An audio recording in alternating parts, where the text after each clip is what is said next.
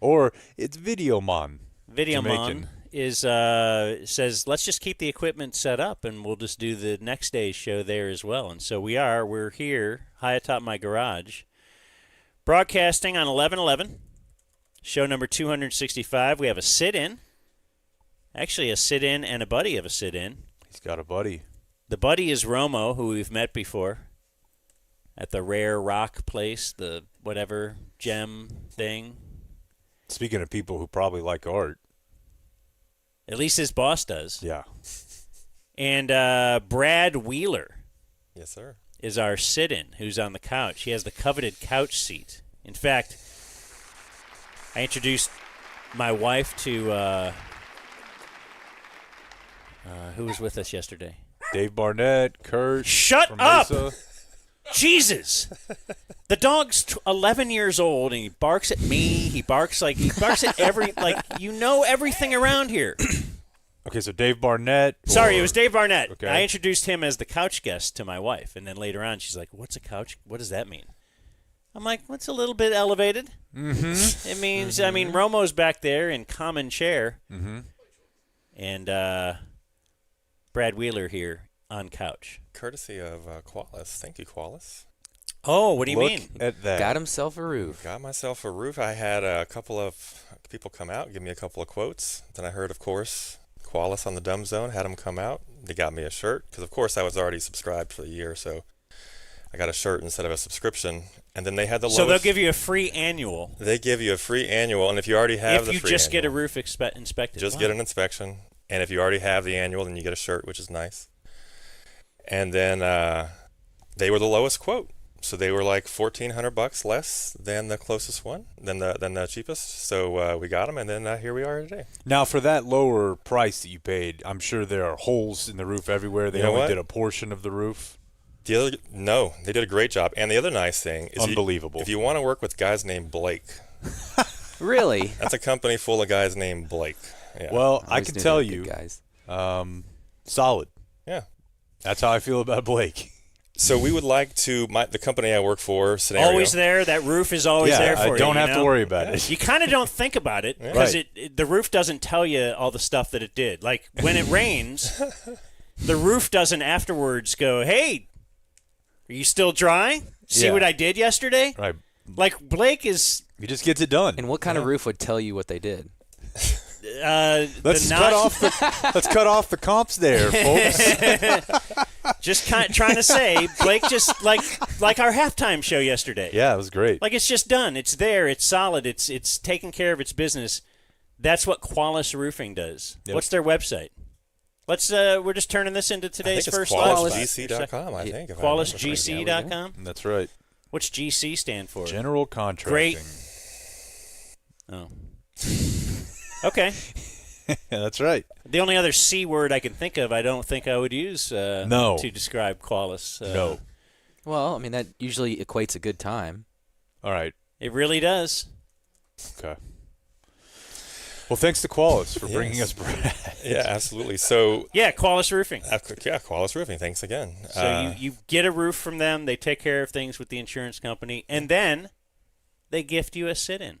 That's right. How about that? My man was at the casino last night. That's right. Drove in from Oklahoma. That's right. Yeah. Dang. Ballin'. I figured I'd watch the Cowboy game from the craps table. You drove all the way from Oklahoma. It's only an hour, dude. I feel like that was dude. part of the joke that I set up, but go ahead and dude me. Dude me in my own home. I'm sorry about that. My bad. Unbelievable.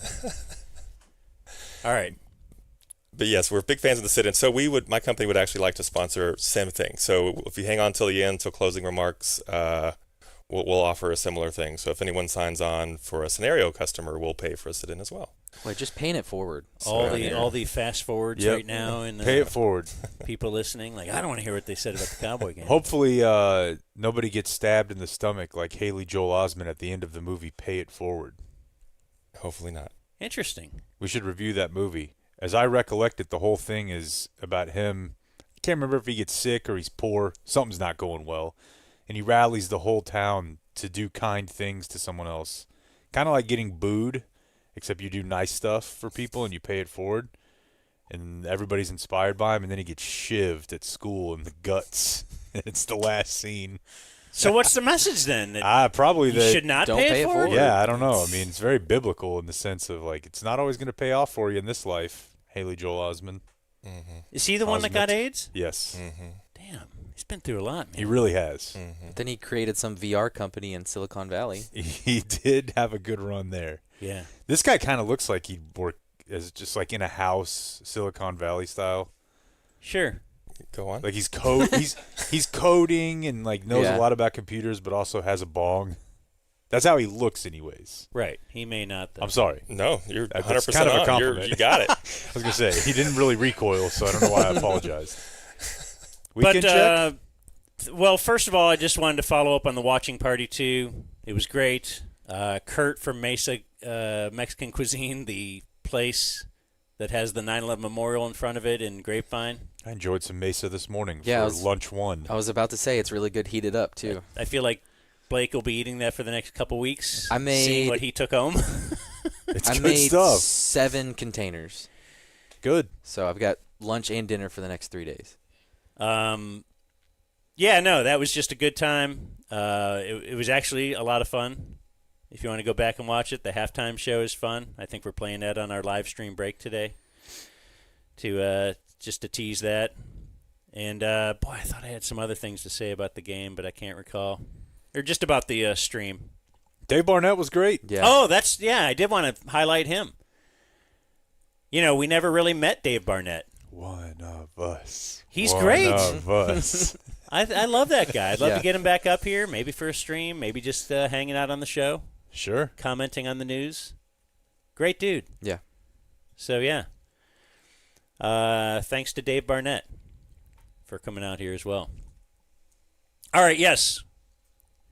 Weekend check, and we'll make weekend check having been brought to you by Qualis Roofing. How There you about go. that? Rewind if you want to hear all the info about them. So we did, I don't know, it was a busy work weekend for us. No one's, patting us on our back, but no days off around here. So I don't have much for you, but I did want to bring you this as Brooks is trying to find new TV shows to watch and what have you. And I think the way your teenage daughters talk. Are you just eating on camera? Well, I'm not on the microphone. What if you wanted to interject something into his funny story? I could tell the way he was it's leading up. my- I'm going to have at least 30 seconds, and then you have to go and talk. It's my weekend check, so he doesn't have anything to Why are you interject saying with. something to me? So, he I need some protein. He found a show. I got your protein. I'll stay still, Rob. I'm sorry. He found a show called Bat Wheels, and I thought this is innocent. It's Batman and cars basically molded together, and it's a fine show, whatever. But then I'm discovering that the words we used to think that his daughter said to annoy us is just how kids are going to talk. So Interjection, what do you mean? Yeah, I was gonna say. His daughter. kind of like this. Vehicles to home in on you and come to your aid when you need them. That is straight fire. Sounds like there's a lot more to them. And that's just how they talk. Like, Okay, so this is Batman's daughter no, or this somebody's is, daughter. He's okay. saying my daughter. Oh, Like, way yeah, my the way that daughters they talk. used to Yeah, talk, yeah, we okay. thought was to make us mad, but it's not anymore. It's past the point of irony to where it's Yep. actually how they talk now. Yeah, there's no irony. So And yes. that's not a throwaway line. That's just like they defeated the Joker or whatever, and they saw something cool. That's straight fire. And the Riddler had something for him. They got tricked or something, and then Catwoman says this. Sorry, Batman. We really dunked the donut on this one. Yeah, this whole limo thing was pretty sus. I have no idea. So, yeah, Sus, I mean, yes. Brooks is just gonna start saying that's sus, and it's not a joke. It's now Because infiltrated. he's learning, yes. Yeah. By, Yeah, and so I was It's watching just it with part of him, and society. then she said, "Yeah, this whole thing was pretty sus," and I'm just okay. so we replaced the N-word in children's programming with, when I grew up. Well, at the time, that was Yeah. that was reflecting the way people talked. And the writers kind of had fun with it because Batman does the whole like, "Oh, I don't know what you said." Sorry, Batman. we really dunked the donut on this one. Yeah, this whole limo thing was pretty sus. I have no idea what you just said. All right, so a I- little nod to the adults watching Yeah, along with Definitely them. written by a I felt father. it. Yeah, That's for great. sure. That is good. So yeah, your kids are just gonna talk like that. My daughter told me this weekend Google her best friend is Google. I was with her. Always has an answer. I was with her. Because you might be like, I'm not sure. Yes. Google Yeah. will have something. I was trying to. Somehow we started talking about the mall. I was like, "Do you know what that is?" And she's like, "I think where there's a bunch of stores." And I was like, "Yeah, that's like the only thing we had when I was a kid." And I started just down this road of. Do you hate saying the phrase "when I was a kid"? Because then you feel like No. that makes me feel extra old. It 'Cause I'll should. do that to my daughters, and it's like, man. This was the first time it had really come up. Because I 'cause remember then- my mom like, "Oh, I had just a black and white TV," and I'm like, "Whatever, who Right. cares?" That's Now why I'm you're doing dumber. it. Yeah. We had about 20 minutes, so I started rolling with it. I was just like, "Yeah, we didn't have this, we didn't have that." I was like, "There wasn't internet, you know. I didn't have internet." There weren't left-handed people and Right, gays. right.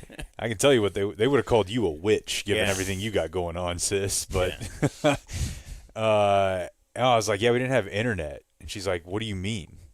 I'm like, "Well, like you know the thing that, for example, Google is on, like that didn't exist," and she could not comprehend that. He's like, "Well, Google's my best friend." I have difficulty comprehending it myself. Yeah. Like, what would we do without it? Like, did we have? I used to do this, when our weekends were full of sporting activities and dance things and whatever, with the girls. Like, what did we used to do? Me and my wife. What probably just lots of sex. I Yeah. don't know, movies. Sure. Doing it. Right. But like, what did I use? How would you live without a phone? In the sense that I'm grabbing it right when I wake up. I can tell you one way, because I just did it, is you. Oh, yeah. You figure out how to occupy your time. You still do that, but you also find yourself actually thinking more. That's pretty sweet. Yeah, You get a piece of I paper. wonder if and, everybody should get a month of rehab a year. I honestly, I don't know if you could do it every year, but even a couple weeks, I think would be good for just about everybody to. You're just forced to think. I And drive. you write things down. Silent drive. I drive. I force myself Yeah. just to let my mind wander. I've tried to not take the phone into the bathroom, but I can't. That's a good way to get steps, walking, thinking. Yes. But about 2 minutes in, you're like, let me pull out the phone because I got to, Yeah. Someone needs me. I have. or I just need to look at the score. She said something else to me this weekend that was kind of funny. Do you want to do more? Did you? That's I don't have much either, but this never occurred to me before. But she was upset about something else this weekend. We had a peak weekend of why does he do everything I do, and it pisses her off. Brother? Yeah, like he wants to sing the songs that he knows that she likes in the car, and she's like, I hate this song now. I'm never listening to it again. Don't play this in front of me. And she would cover her ears. And then he starts crying because he's looking at her like, I'm just trying to do what she thinks is cool, and he doesn't get it. Yeah, man. It's awesome. That's a that tough was- one. that was Why, me and why my- is he copying me? that was me Everything and my he little does. sister. Everything he does, he's copying me.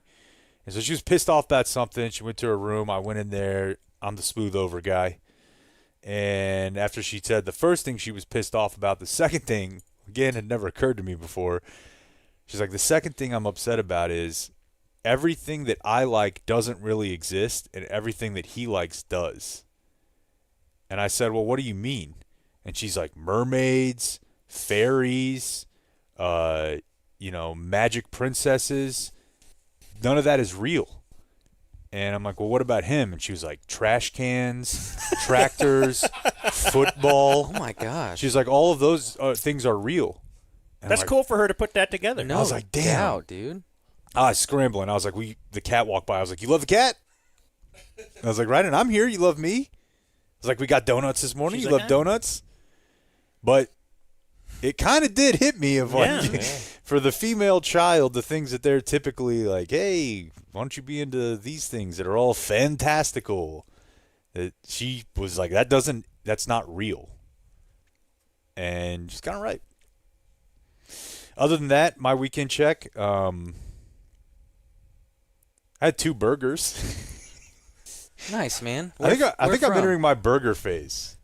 Where'd we go? Had the kids Friday night by myself, so I ordered a to-go from Jake's. Big fan. Okay. Big fan. Not a lot of great options for like local stuff over here. Yeah, one opened up over there in Wylie, and it is packed all the time. I love it. I can't go. Big fan. And then Saturday went to that Hat Creek place. They have a playground, which that's another thing. Kind of think more of those type of places. I would say it's like the Chipotle of burgers. So not fast food, but not a sit down full on. They should all have playgrounds. Like Chipotle should have a playground. It's got to be a low investment for making that place stand out above others for a dinner option. Like Yeah. their food is great. We'll go to Chick-fil-A just to go to the playground. Of course, and because they know. There's got to be some liability, though. I guess. Yeah, I got a buddy who operates a Chick-fil-A who says it's not like that invites customers that don't really make you as much money as others. I could see because that. they're coming there and spending 2 hours but spending the same amount as others, and they get their free refills. That does make sense. You don't make a lot of money on kids' meals, and yeah, you got to clean that cesspool every hour. Yeah, I guess that makes sense. But it definitely stands out for us as like, all right, we'll go there. But yeah, I think it's interesting when you decide to cut a substantial number of empty calories out of your weekend. You don't mind going back-to-back burger days. Okay, so that's what this is. Well, Yeah. I'm just saying, it ain't like before. I was also still doing that before. I would just feel Okay. terrible about it. Now I'm like, what's the problem? But now it's guilt-free. Yeah. Yeah, that Of burger. course I can have a burger. Yeah. I'm Come not 11th. drinking 6 beers. Yeah, and I ran, so it's like, hey, let's. I think I'm in my burger phase, my burger mode, Blake. Yeah, and those empty calories led you to Taco Bell at midnight. which I may or may not remember is on the front porch. Oh, my God. Yeah, other than that, my sports teams all did great. Nah. It was. My weekend check is also very small because of just the enormous amount of work that we're putting in over here. But I was at Market Street in Colleyville doing my shopping on Saturday. You did not. What? Fall in love again? No, this has Okay. nothing to do with any cashier. All right. Or I'm kind of looking for the older cashiers now, yeah. Had a familiar cadence. It did. His eyes just drifted off. No, it was, I think this was Saturday where it was pretty warm. It was kind of weirdly warm. And then I was trying to get my steps in because I haven't been walking at all. So I walked because I go to 2 different places for food. So my wife wanted some McAllister's. I was going to get some Kanta ramen. And then I was going to stop in between and grab a little something at Market Street. I go to like the grocery store 4 or 5 times a week. I might Because I'll be like, yeah. I forgot I forgot the oatmeal, and I'll go buy just that. Because Yeah. I don't have like a long giant list and then I'll forget. Oh man, I should have got a milk, and then I'll go. And I don't like, I don't like vegetables if they're from Kroger, so I'll go to Market Street or whatever. Anyway, so I'm walking around, trying to get more steps in the grocery store, even. And then there's a lady there with the things, got a little, table set up and everything, and she has Sample time. beer. Mm-hmm. And she wanted to know if I wanted a sample beer, like a small little cup of beer. And I'm like, no. And I was thinking that's weird, number one. What if I have this crazy, like Jake? I'm this dirty drunk that can't even stand the sight of beer. And if I smell a little bit, now I drink. Oh, I'll have a sip, and then now I'm buying a bottle, and now Well, I mean, you're at the grocery store, Well- so it's available to you if you wanted it. But then I thought this. Because over the years we have developed opinions that perhaps a gummy is better for you. It's safer, perhaps. I don't know. That whole thing. The whole, is THC better? Like if they were both starting from 0 today, neither of them were legal, and they just had the lobbyists on both sides trying to pitch it, or, at least medical professionals. What would they say is better for you in the long run? I think it would not be alcohol. I think that's pretty unanimous. So that being said, as society's feelings change, and I guess government decides they can actually make money on the lobbyists for pot, and now we'll legalize it, all that kind of stuff. Will I ever be in a grocery store and be offered a hit of the bowl? Well, so because I'm being offered a small amount of alcohol. Yeah. Would I be offered you want to grab this gummy? This will make your shopping experience a little fun. I am not here to shoot down your whole point, but the difference is that the tasting of the alcohol is to provide you, hey, this is what this tastes like, right? So that small amount. Because we're not going to get you where you want to go. Not even close. It probably wouldn't even, the buzz or you whatever. Wouldn't blow a .01 or something. You're tasting it. Yeah. And while there are people that are, sorry, that are salmon. cannabis connoisseurs to a point where the taste does matter to them, like a lot, for the most part, it's about the effect. Dude, it's always your dealer. Yeah, he's telling you. This one, look at this, and this is Purple Kush. I'm not sure how much it's going to matter because I'm going to put it in this pipe I haven't cleaned since 9th grade. Yeah. But look at the hairs. Yeah. A hair? Okay, it's probably going to taste the same. Do you want a hair? I guess you do. So that's the thing is that it also matters with what you can drive on. That's true too. Yeah, I mean, here's a 20 milligram gummy. Yeah, and the taste. Go walk around. You can't get home. Yeah, so for 2 hours. Yeah, they don't give you. Probably not giving you a shot. Moonshine. Right. Yeah. So I doubt that. Although it's interesting to me, you can buy those CBD Delta 9 drinks now that if it says 5 milligrams, if you drink that whole thing, it feels exactly like taking 5 milligrams. And you can get those at any liquor store, but you can't get them at the grocery store. I used to talk to like you about liquor. the thought, because I had this thought even when my kids were babies, about alcohol and THC.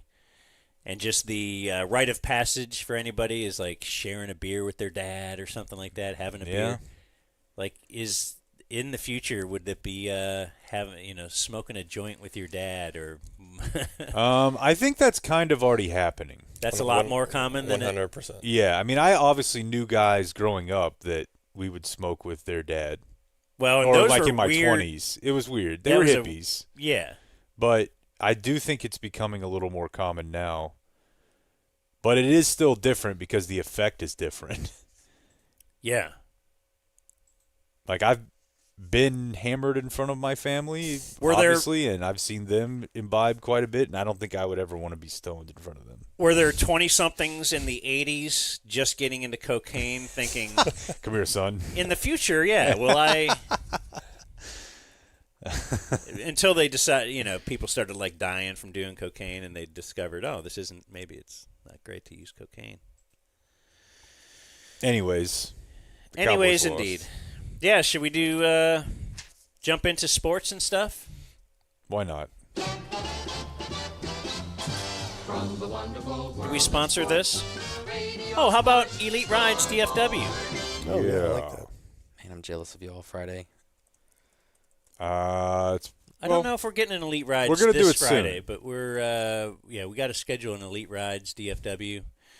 That is, it's kind of like, I don't know, would you say it's like Von Lane, like Uber, but like better than all of them, and you just combine them?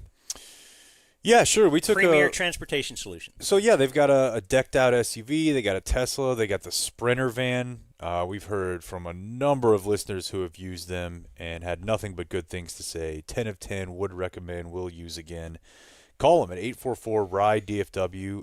They're great for sporting events, great for concerts. So if there's a big group you got going somewhere, heck, even if you're taking like a trip, I referenced this before that the guy told us he was taking a family to Galveston. If you got somewhere you're going out of town, an hour and a half, something like that, hit them up. It's so comfortable. Maybe you want to go on a little wine tour somewhere. So clean, so wonderful. It's all decked out. Yeah, definitely going to a Cowboy game, going to a Mavs game or something. That's a big deal. Elite Rides DFW. Oh, prom. That's a good one. Got a friend whose That's daughter a is great one. going to prom in that. Homecoming type situations, for sure. Hit them up, eliterides-dfw.com, and use the promo code DZ15. You'll get 15% off your first ride. 844-RIDE-DFW or eliterides-dfw.com. Let them take care of you. So, man, I'm looking at the box score after the game. Yeah. How can this be? 13 for 23, 45 yards passing. Yeah. He got For the game. The sack yards didn't do him any favors, though. That's probably really what it was, right? No, he didn't push the ball down He the got field. sacked once. Then I made a bad point. Yeah. Once for 10 yards. So, yeah, let's take that away. Yeah. And we've got 55 yards. That's tough. Passing. On that, on that drive? No. The game. Yeah. Every one of their drives, Cooper Rush could not throw the ball past 2 yards. And if he did, it was either wildly inaccurate or, well, it wasn't intercepted. He didn't have any silver lining. Mm-hmm. Cooper Rush takes care of Unless it hits him in the... did fumble twice, I think. Sack. Yeah, I guess that one sack was a sack fumble, wasn't it? Yeah. Where the ball bounced around and Terrence Steele thought he was going to pick it up and rumble for I don't know what he was thinking. 15 yards. Isn't that like one of the first things they teach those offensive linemen if there's a fumble? Yeah. Like you fall on it, Yeah. not try to time it and pick it up. Like you're Terrence Steele. You're really not good at the blocking part, let alone the picking up the ball and running it part. Yeah, it was a disaster. And as I referenced yesterday on the stream, his passing chart is hilarious. I don't think he had a single completion over 10 yards. He had one at 10 yards. Everything else was 5 or under. Here's 1, 2, 3, 4, 5 of those 13 completions behind the line of scrimmage. It's a funny looking chart. It's what they have, and I don't know. I feel like most people, including the front office, deluded themselves into thinking that he was a really, really good backup because he won 4 games. But again, he did that with a great running game and an elite defense. He might be an average backup quarterback. I don't know, but he's definitely not one of the best ones. You know, he's not last year Flacco even. He's just a... And it wasn't like he was called in he didn't know he was going to... He got all the reps this week. Got all the reps this week. He's been in the offense for multiple years. Yeah. So... To look like that... But the thing is, you could have expected it because Dak wasn't producing. The whole thing is so broken already as far as a lack of protection, a lack of creativity on offense, and a lack of a run game. Dak couldn't move the ball well. So it would be crazy to expect Cooper Rush to do the same. You know what? I almost think it's the same thing as what we saw last night with, like, the Lions, for example. The Lions have been winning big because Jared Goff has been okay. He really hadn't been that great. He's been fine.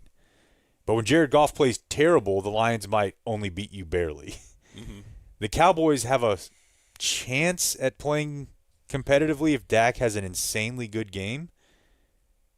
That's like their ceiling is maybe we can stay in this. If you remove that and take Cooper Rush, they have no chance, not of winning, but of keeping the game close at all. Despite the fact that it was close at half, it never felt like they were anywhere close to taking the lead. No, but it did, they were close at half. They were still close midway through the third quarter just because it was, this could have been one of those games you said, a division game and weird things happen in any given Sunday because, things started out kind of super positive.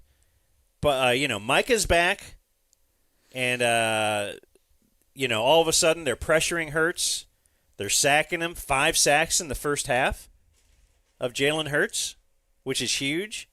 Overshown was everywhere. Overshown is everywhere. Lawson is showing that he might have something.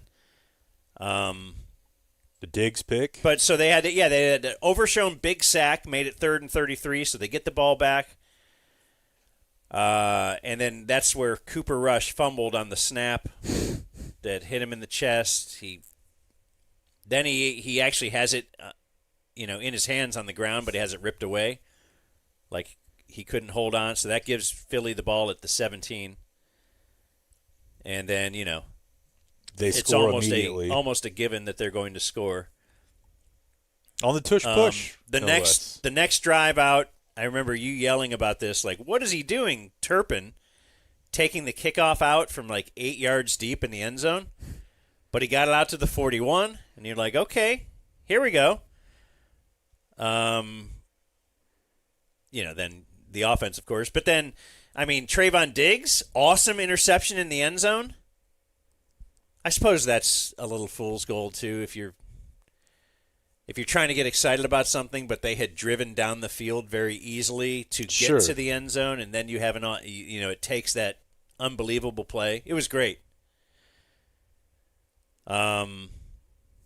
Then, yes, that big momentum shift with Diggs getting the ball for the Cowboys. The offense can manage 5 yards on that ensuing drive. They're averaging 2 yards per play up to that point, and I think that continued all game. Let's see here. I got. Oh, okay.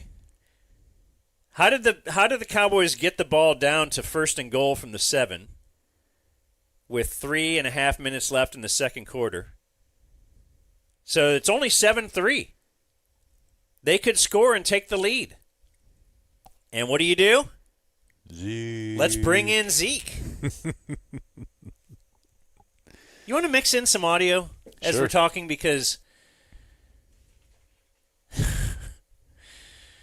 they bring in Zeke, and so this is what they were saying about Zeke early on the broadcast. You saw a shot of Zeke Elliott.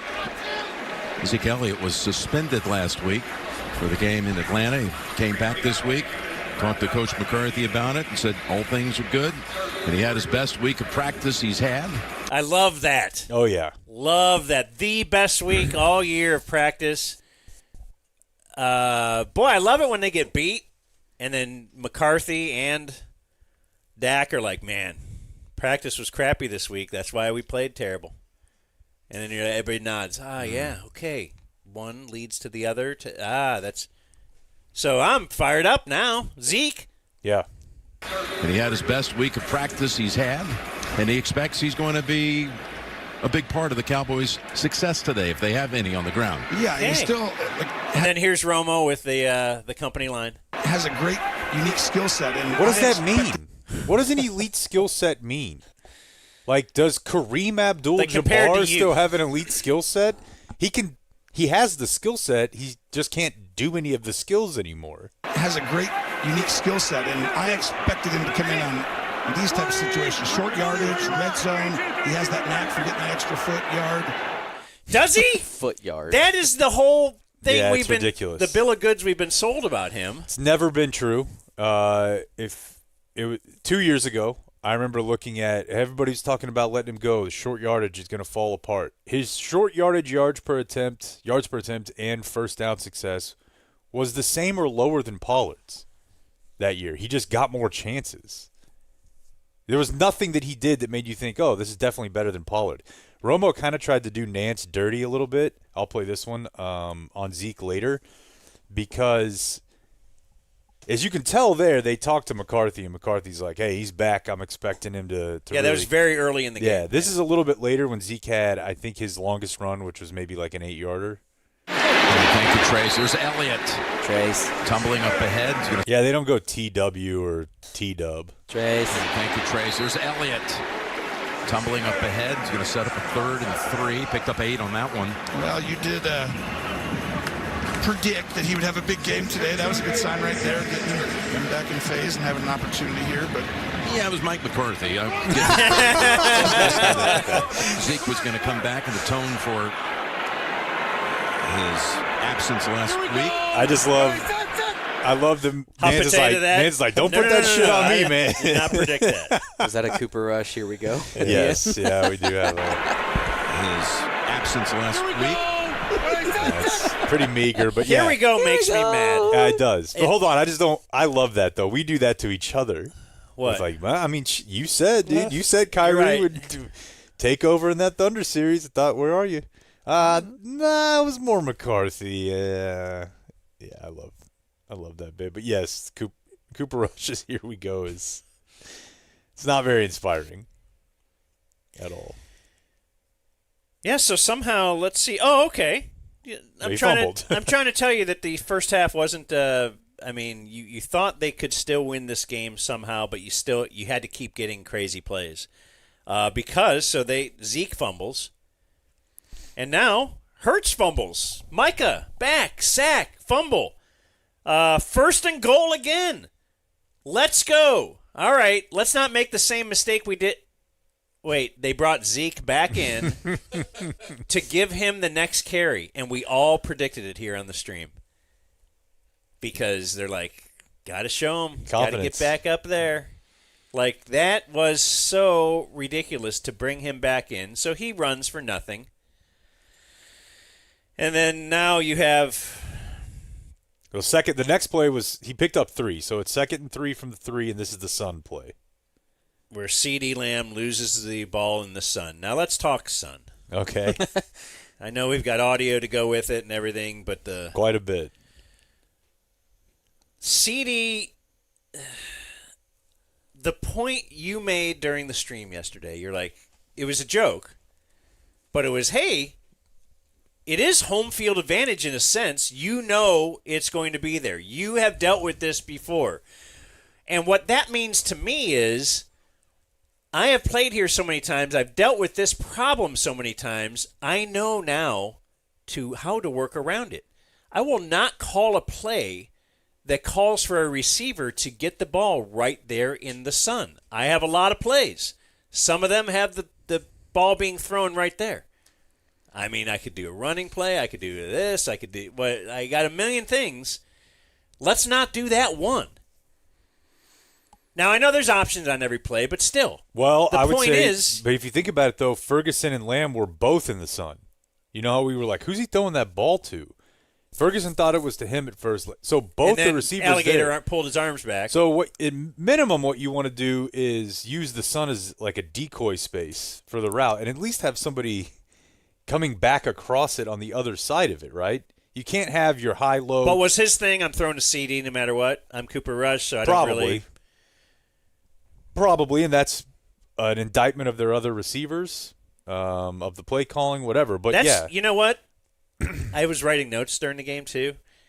That's who I think their other receiver, like Cooper Rush. Somebody got open left. Oh, it was a free play late in the game. Later in the game, remember? Yeah. There was an offside, so Cooper Rush, free play. You could throw it past 2 yards, so he does, and he overthrows. Other I don't know. Yeah. I know it wasn't CeeDee Lamb, but my point is, that's what I think of the other receivers right now is, you're either CeeDee Lamb or you're an other receiver, because nobody stands out as somebody you're worried about. I'll play you a quick Romo thing on that. This is during a pass interference. I think it was Jalen Brooks who got held on a 3rd and 3, and Slay had jammed him up. I think it was probably a correct call. He's going to go up and then stop, and right here, you got to let him go. Let him go. Hold, yeah. Once the ball is in the air, they're just looking at you. It's like DB's get away with that for a little bit of time there, but he didn't need to because you're not going to get CeeDee Lamb right there, right? Just stand there. You're gonna... Okay, he's like, yeah, it's not CeeDee Lamb. Just stand there. You don't have to do anything, bud. There's no need to hold Jalen Tolbert or Jalen Brooks. But yeah, back to the Sun. It both can be true. That you'd like to think that there's some forethought into, all right, we're going into this. The Sun's right there. We're not going to run both of our routes for our 2 best receivers in Ferguson and Lamb right to there and have Cooper kind of roll that way. But you know what's even weirder than that? After they got that incompletion, they ran the ball on 3rd down. And I didn't pull this part, but Romo was like, all right, well, that tells me they're going for it on 4th down.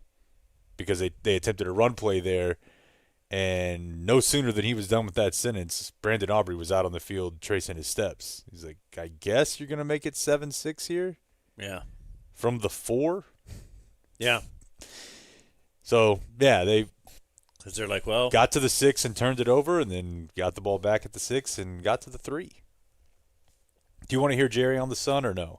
Or should of we course. wait? Okay. So this is interesting. Because first thing I do on my Monday morning is I want to go see Jerry on the Cowboys website. It's typically just home games, but they're pretty good about putting their stuff up.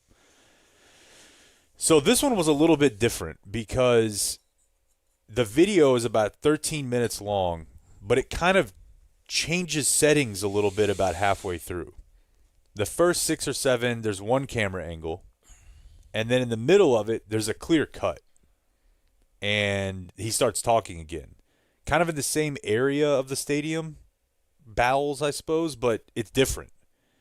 And something had there was like a jump cut there. And I'm like, all right, well, I know he said this stuff about the stadium, and that wasn't in the cut, the 14 minutes on either side of it. So I'm like, all right, Did you hear Sod? Yeah. Yeah. So Sod, okay, go ahead. So I'm thinking, all right, well, they cut this out, or it was in a walk-off, and it's just not included. So I listened to the whole thing. I'm like, that's weird.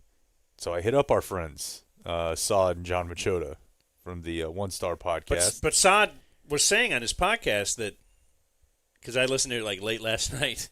Okay, yeah, I have not heard their show yet. Okay, no. but he said it was weird. He thought that nobody really asked him about the sun during the thing, and Jerry offered up some comments on his own. Yes, at 7 minutes, it's over. Yeah, and then Jerry is kind of in trail-off mode. He's actually walking away. I think he's walking away, and he yelled over to them. He yelled over to them, then they scurry back over, and after Sun Talk, we get another 7 minutes of the press conference. Would have thought somebody would have brought up Sun. Okay, so my thought, I wrote this in the thing this morning, is for D Magazine. But there were a lot more. Like, without the Sun, you still. Yeah, and I think drilled. people are just tired of asking him about it because they know he never says anything different. Yeah. And how many times could you do that? So, yeah, let's see here. Yeah, I think I have this right. Hold, please. I should have been. There's so much audio, Dan. There really is. If you want to hold it till Jerry audio. No curtain. Here it is. I had to have no curtain talk and curtain talk cuts. By the way, we know where the sun's going to be when we decide to flip the coin or not. So we do know where the damn sun's going to be in our own stadium. Why not put the curtains there? Why not mitigate that? What? The sun and sea. Well, let's just tear the damn stadium down and build another one. You kidding me? But it's not. You don't. Everybody's got the same thing. Every team that comes in here has the same issues. They know where the sun's going to be. So every team has the same thing.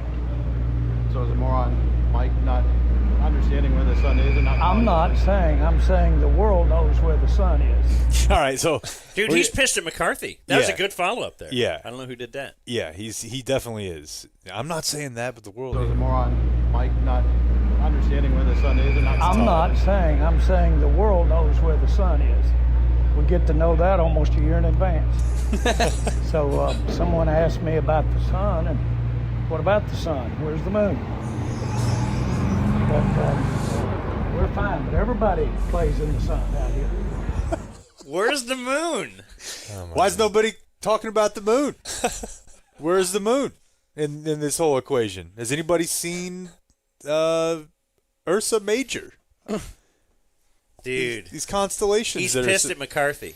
He should be. By the way, we got or that one or Cooper some Rush. of our audio. We'll overlay with video later for the YouTube upload and everything. And thanks to Fox 4 for hooking us up with the video. They've got great video for us. But we have shooters everywhere. It's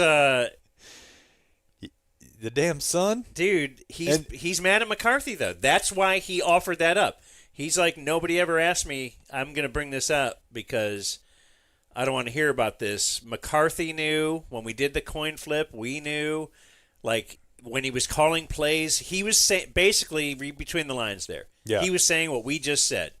You have other plays in the playbook. You don't have to call for two receivers to go right into the sun, and we'll throw it to one of them. Yeah, no, you're right. It's been a problem seemingly for every play caller here, but you're right. And also, how reminiscent of a fight with your spouse or something is, why don't we just tear the whole damn stadium down Right, then? Yeah. I guess if I'm that bad. I feel like you're taking you're projecting a leap right there to 11. We're here at 2 here. Yeah. Maybe some We're curtains? saying a curtain. Yeah, I mean, literally during the soccer, they do put up the curtain. They have them. Concerts. They have the curtains. Yeah, they're there. It's not like they have to go buy them. My last quick Sun thing here. This is funny because what about the moon? Yeah. Has anybody asked the moon? Why are we not talking about the moon? So this is right after the Zeke fumble, but before they had gotten the ball back, which is where the Sun play occurred, right? So Zeke fumbles, they get Philly gets the ball back, then they Parsons sack, etc. So this is coming back from a break, and they're doing what they do at Cowboy games. They're showing the end zone view from the ground. Just looks like God's light is pouring into the stadium. Jim Nantz is going to come. These amazing shots with the sunshine bleeding through. All courtesy of Nationwide, as the Eagles will try to do a little business here in the last 3 minutes. DeJean with the recovery off the Elliott fumble. I just thought that 15 seconds perfectly encapsulates everything about the Jerry Jones Cowboys. Nantz is like, that sun looks really cool. That sun looks awesome. All right, so we're going to try to see what we can do after the Zeke Elliott fumble. And 2 plays later, on offense anyways, the sun was a problem that forced a failed goal line possession. But Nantz loves it. Nantz sees the shots, and he's like, boy, that's beautiful. And, man, I went and found the either 2006 or 2007 Wall Street Journal article where Jerry's talking about the stadium. It's hilarious. Like, just him, because he's talking about the architects that built it. And there was one quote in there, he actually says, the stadium says technology. But they're marveling at it, and it's just really funny in hindsight. Yes, everything's really funny about the Cowboys right now. It kind of is. It's like they're comically bad. Yeah. They're comically whether bad it's now. the ball hitting, whether it's the Cooper Rush snap was funny. CD over on the sideline telling McCarthy, I can't see it. I guess I do have CD as well. With that play with you and Ferguson, a little bit of miscommunication. Couldn't see the ball. Couldn't see the ball at all. Was Are you the in sun favor or of curtains? The sun. But Are you in favor of curtains? Yes, 1,000%. Would you talk to Jerry about that? I mean, y'all doing my job right now.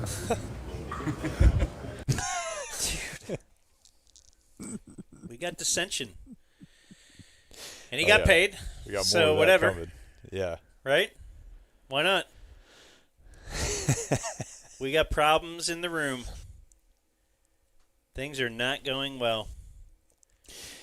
I don't know how much more you really want to break down the game. No, I mean, I was just a couple notes. After that, Steele didn't fall on it, and it's the fumble, free play. And the free play was right before that, where Cooper Rush missed receiver, not CD. Jalen Brooks, yeah. Philly recovers at the Dallas 21.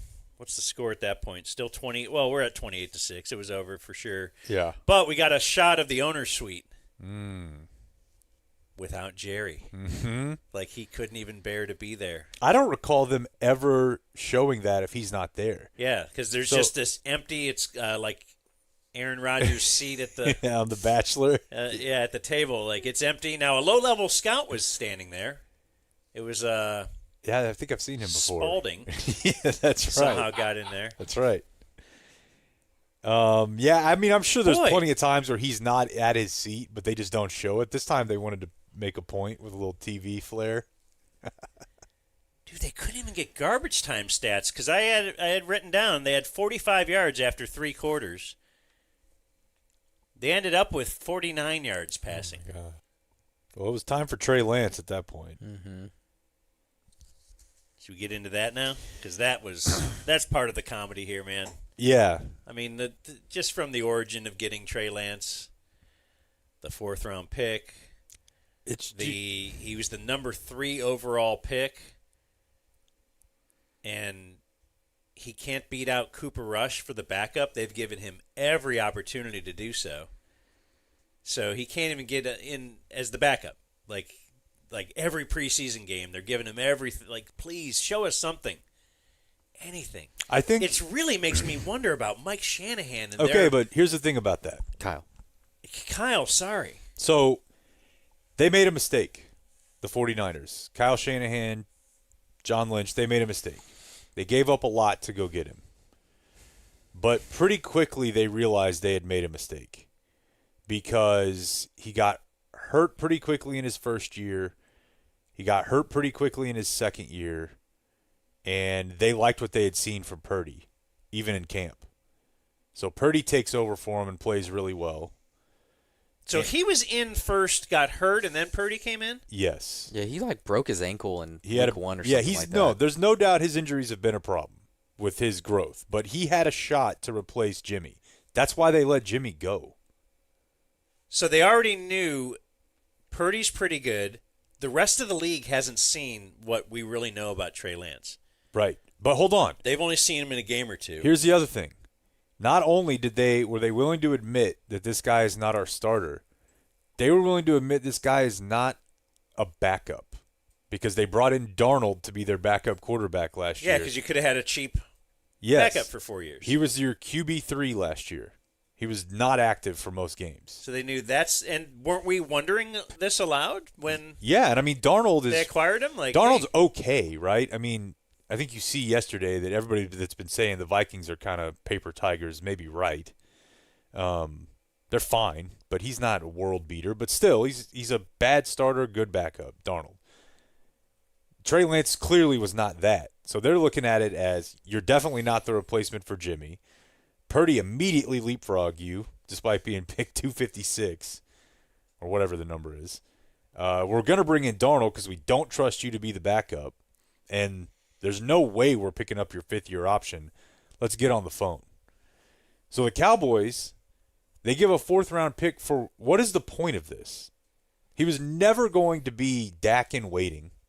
It was leverage against Dak. They were always going to pay Dak, though. That's why I don't understand that. They thought that could lower the price. And it did. Did it? No, that's why this is a colossal fail. So, as best I can tell, they gave up a fourth-round pick to have it confirmed by them with their own eyes that he's not any good. Because you could have figured out, well, they decided he's not any good. You also know you're not going to make him your starter, right? Because Dak's going to get paid and he's going to be the quarterback. What would make you think he could be the starter if he couldn't be the backup on a good team? So you must have thought he's got to be better than Cooper Rush. I guess, but then he was the number 3 overall pick. So let's say he's better than Cooper Rush. You still would have to pay him the going rate. He's a free agent, as is Cooper Rush this offseason, because his fifth-year option has already been declined. So let's say that he was good enough to be your backup and he's better than Cooper Rush. You're just going to have to pay him like a backup quarterback this offseason anyways. You could have just done that anyways. So you gave up a fourth-round pick. The best-case scenario is that he's good enough to be your backup, in which case you have to pay him like a capable backup, of which there are a dozen of those guys available every offseason. It is completely giving away a fourth-round pick. Well, even if he were good, it would be weird. If Dak had not signed his deal, then you could say, okay, we're going to see if we want to bring Trey back, possibly as a starter or something. But now by signing Dak, there is no point in Trey Lance at all. They were always going to do that, though. But that I just think that was a way to push Dak. A fourth-round pick given away for a smokescreen? Maybe. Kinda. They're like, look. And then he bragged about we're gonna scare that him. he didn't ask anybody. Yeah. He just made the trade. And I mean, that's to me why it's those other interesting. GMs know who to call. They're like, let's call Jerry. Yeah. They did the same thing on the Mingo trade. Yeah. They could not believe what he gave up. I mean, to give the 49ers a little cover, that was during COVID, and Trey Lance didn't play. And so maybe they just thought there was a lot of upside there, and when they finally got their hands on him, they realized this guy's got nothing. But got to give credit to the 49ers for that's what I'm saying. Eating that mistake and just getting out real quick, just because that's a lot. They gave up a lot of draft capital to get him. Yeah.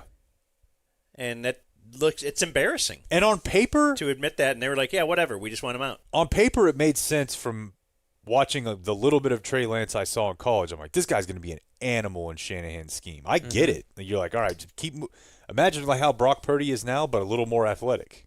But then I guess when you get to deal with somebody day to day, And he hadn't played that much in college. That was the other thing is Purdy played a lot. You know, Dak came into the league having played a lot. But you mentioned Jerry being the one who said, I made this deal for Lance. That's why I have no feel for what they're going to do the rest of the way there. The way I put it this morning. Rest of the way this season? Yeah, as far as quarterback goes. I don't know what any of the actors involved, I don't know what their motives are. I don't know what rationally they could be doing because Mike McCarthy knows he's not coming back. So does he say, well, I'm a competitor and Cooper Rush gives me the best chance to win? Damn it, we're playing Cooper Rush? Jerry, okay, back to the Sun audio, and he's kind of pissed, and I think he's pissed at McCarthy. Like, we all know where the Sun is. Like, he's the one that brought it up to the media.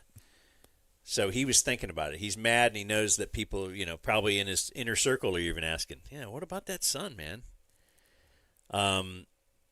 He's not going to fire McCarthy. He wants to fire McCarthy, but he's going to make him ride this out. Like, no way am I going to deal with this on my own. You get to talk to the media every week.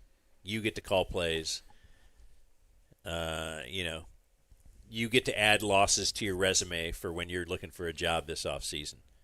I'm not helping you out here. Like, firing him right now would help him out. Yeah. Mike McCarthy would love to not have to be at work this week. I agree. And get paid. I also think that most of the people in the league that are going to evaluate McCarthy, one way or the other, they know what he is.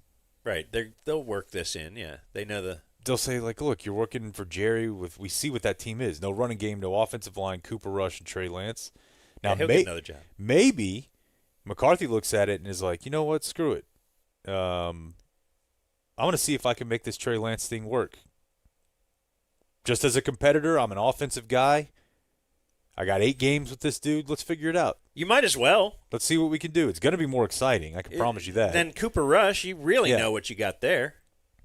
But on the flip side, is Jerry thinking, which one is he leaning? Is he saying Rush does give us a better chance to win, and we're not backing off that until there's a little E next to our name in the standings because crazier things have happened. So you think Jerry would lean towards that more than starting Trey Lance? I think both of them. That's what I'm saying. If you start Trey Lance and he turns out to be kind of good, then Jerry can say, look, I made that Trey Lance trade. Right. But then you've got a guy you can't afford because he'll be a free agent. Let's say he shows something that he's a viable option at NFL quarterback, which I think there's very little chance of that. Very little chance. And you also can't trade him, right, because he's free. That would have been a different deal too, Blake. Yeah. Is if you got him and it's like, all right, well, this guy's got 3 years. If he is good, we might be able to flip him for an upgrade. Yeah, if there was another year on Lance's deal, this would be a different situation. Right. It's like you have no opportunity to trade him. But, yeah, which one does Jerry want? There's also the fact that whichever one you think helps them win more also might hurt them overall. For sure. Because they need, like, a top 10 pick in the worst way. But Eric Kendricks, for example, should not be playing. Eric Kendricks played the 3rd most defensive snaps yesterday. He's 30 million years old. Thanks for stopping by. You should not be out there. Brandon Cooks should not come back. Whatever's going on with Brandon Cooks, just stay away. You should never play another down for this team. It's not his fault. Just is what it is. You got to see what you got in Tolbert and Brooks. Figure that out. Schoonmaker played 11 snaps yesterday. Your 2nd-round pick. I'm not saying you got to flip it with Ferguson because I think Ferguson has something, but you can't have that guy playing 11 snaps the rest of the way whenever none of these games matter. Awesome Richard should probably play more. He played for Guyton yesterday. Does he play for Steele more? Deron Bland should not step foot on the field again for the rest of the year. A foot with a corner that's already mysteriously a month longer than we were told it was going to be. Just don't play. What about Micah? Well, you can't trade him. Which I never would, by the way. He's in his negotiating year. But what are you going to do? You're going to bench him? You're not going to bench a healthy 20-something-year-old. You think Micah sits out next year? Depends on who the coach is. No, just as far as... Yeah, he won't be at camp. That's what I mean. Yeah, he'll hold out. Try and for sure. Hold out is fine. Will the Cowboys learn their lesson? Because they learned that CD holding out damaged them. Yeah. No, they won't. Well... There's 2 ways you can talk about the Cowboys learning, and they're probably too far into this to now become the Steelers and be like, we don't pay holdouts. We don't renegotiate. You play your contract out, and we pay you, and then we negotiate. Yeah, like, no, that's the thing. Other agents know. Other teams. It's like do that. it's kind of like Dan's point always with Monica Lewinsky. It's like I know. I know what you're capable I kind of. of know what you do here. So you're saying the buck stops with me? Yeah. All of a sudden. So if you're the Cowboys now, I'll just wait it out. I know you're eyeing that cigar. if we go back to Dez, Zeke, yeah, I don't know who else did it. I'm sure someone else did it in the past. I mean, because the only reason Romo didn't is because he didn't have to. Yeah, they've set it all up to where they're going to end up paying you. Zach Martin. Did he do a little holdout? Yeah. Yeah. That's right, because it was like, oh, not Zach Martin. Speaking of Zach Martin and Micah, here's the I guess somewhat cowboy viral clip from Micah yesterday. Mike's on the final year of his contract, so outside there's of course going to be questions. What's the sentiment inside the locker room, and what do you tell people who are wondering about whether McCarthy will be your coach next year? You know, that's above my pay grade about if Mike is coaching again next year. But, you know, all coaching aside, Mike can leave and go wherever he wants. But guys, I kind of feel bad for guys like Zach Martin and guys who might be on their last year or on their way out, because that's who I wanted to hold the trophy for. You want to win games and do great things with those type of legends who put in more time and work than Mike McCarthy ever did. So those are the kind of guys that I have so much sympathy and hurt for. All right, so Dang. Okay, I just read this. And I know the had message. one opinion, but I think I'm. The ending does not. The way he says it is. Do great things with those type of legends who put in more time and work than Mike McCarthy ever did. So those are the kind of guys that I have so much sympathy and hurt for. So He does not respect McCarthy. I do get what he's trying to say, which is that these teams are fleeting and every team is different. And I love this group of guys. I wanted Zach Martin to get a chance. And I wanted, fill in the blank. Heck, he might even throw Zeke in there. I think where he also started was with the premise of a coach their career can keep going another 10 or 20 years. This guy's career is almost over. Yep. But once he did this guy's put in more sweat than Mike McCarthy, That's not good. I don't think he said ever has. Ever has. Yeah. Here's the end. Wow. We might have a drop in here. You guys were 2-2 when you got hurt. You're 3-6 now and seemingly well out of the playoff picture. How do you contend with the feeling that the season is lost? Be the light. Even when it's dark as fuck. Light up, bro. Wait, what did he? He said, be the light. And then he said, even when it's dark as fuck, be the light, bro. Be the light. Even when it's dark as fuck. Light up, bro. Thank you. Be the light, bro. Is that Tad? Is that Tad? Like, Thank all right, you. we're done. All right, we got Micah going now. Be the light. Even when it's dark as fuck. Light up, bro. Thank you. Boy, he is cutting that off before Micah really gets going. So is Micah kind of saying there, I'll still just go out and be great. Yeah, I've got it. But not much of a air quote team leader type statement. You would say this season is not lost. No. There are, if you're a team leader but Micah's still young. And some guys just aren't that guy. I don't Yeah. care as long as he's destroying the pocket, and he is. Yeah, Luka's not that guy, right? Nah, maybe know that more, he's- but he's not. What? The team leader that he's going to say something that people, Kyrie has kind of taken that. I don't think Luka would be laughing and cutting it up with a teammate when they're down by 30. That is also true. That's a bad look, man. And he's probably not doing podcast having Devin Booker on during the season. What about CD after the game? Yucking it up? Yeah. On the field? Micah's probably exchanging a jersey. Or he's had some Eagles on his podcast, right? Darius Slay. Darius Slay. Yes. So, yeah, I think for the rest of the year, they've got to just basically – I mean, the thing is they suck. So, and their schedule's pretty difficult. So I don't know how much tanking you really have to do. But I personally would like to see them play Trey Lance just because it's kind of wild. Yeah, it's something different. Right. Run the option. Make him run. Who cares? What if he gets hurt? What are you going to do? Who cares? Yeah, I mean, Zeke is still going to be active, I guess, which is a complete waste of everyone's time. Why'd they bring Zeke back? Well, they sold a bunch of Zeke jerseys. Hey, his dad says prove he's washed. 10,000 on the spot. Okay. You don't need it though, because Bitcoin's at like 85 right now. Damn. Is it really? Yeah. You gonna I sell? was gonna bring that up in the weekend check. It was like 60 last week, right? 2 weeks ago. Trump, bud, he's big into crypto. Have fun with your crypto or whatever you're playing with. Okay, I'll play with it for. Oh, I'll play with it. Have a good time with your Bitcoin and your crypto. Have a good time. Will do. Let's go back to Trey Lance coming in for a minute. Okay. Just because I forgot, Blake, you had sent me some audio on this. This is the big man. Mike McCarthy's going to talk about that whole situation because it was really weird, wasn't it? Yeah, so we see Trey Lance come in. He's in on first down and then second down, and then it's third and long, so they put Cooper Rush back in to throw a short pass. And You're then, close to being correct. Uh-oh. So he runs for 4 yards. Yeah, it was 28-6 when he went in. So it's 2nd and 6. Yes. Right, it's 28-6. That's important. Next play, there's a holding call. Yes. So that makes it 2nd and 16. So, okay. now you bring Cooper Rush back in. All right. So it was kind of like, wait, Trey Lance can't have a play that's over 10. Like, it You know can't who be can, though? Cooper Rush. Here's a guy that was slinging around. All right, it didn't make sense, and I don't think McCarthy's answer makes sense either. Tim Kalishaw, Dallas Morning News. What do you see for Trey Lance moving forward? I know he played very little, but in terms of starting games, yeah, that's a good question. We're not there yet. We had a package for him. We wanted to get him into the flow of the game. Was the thought process coming in here?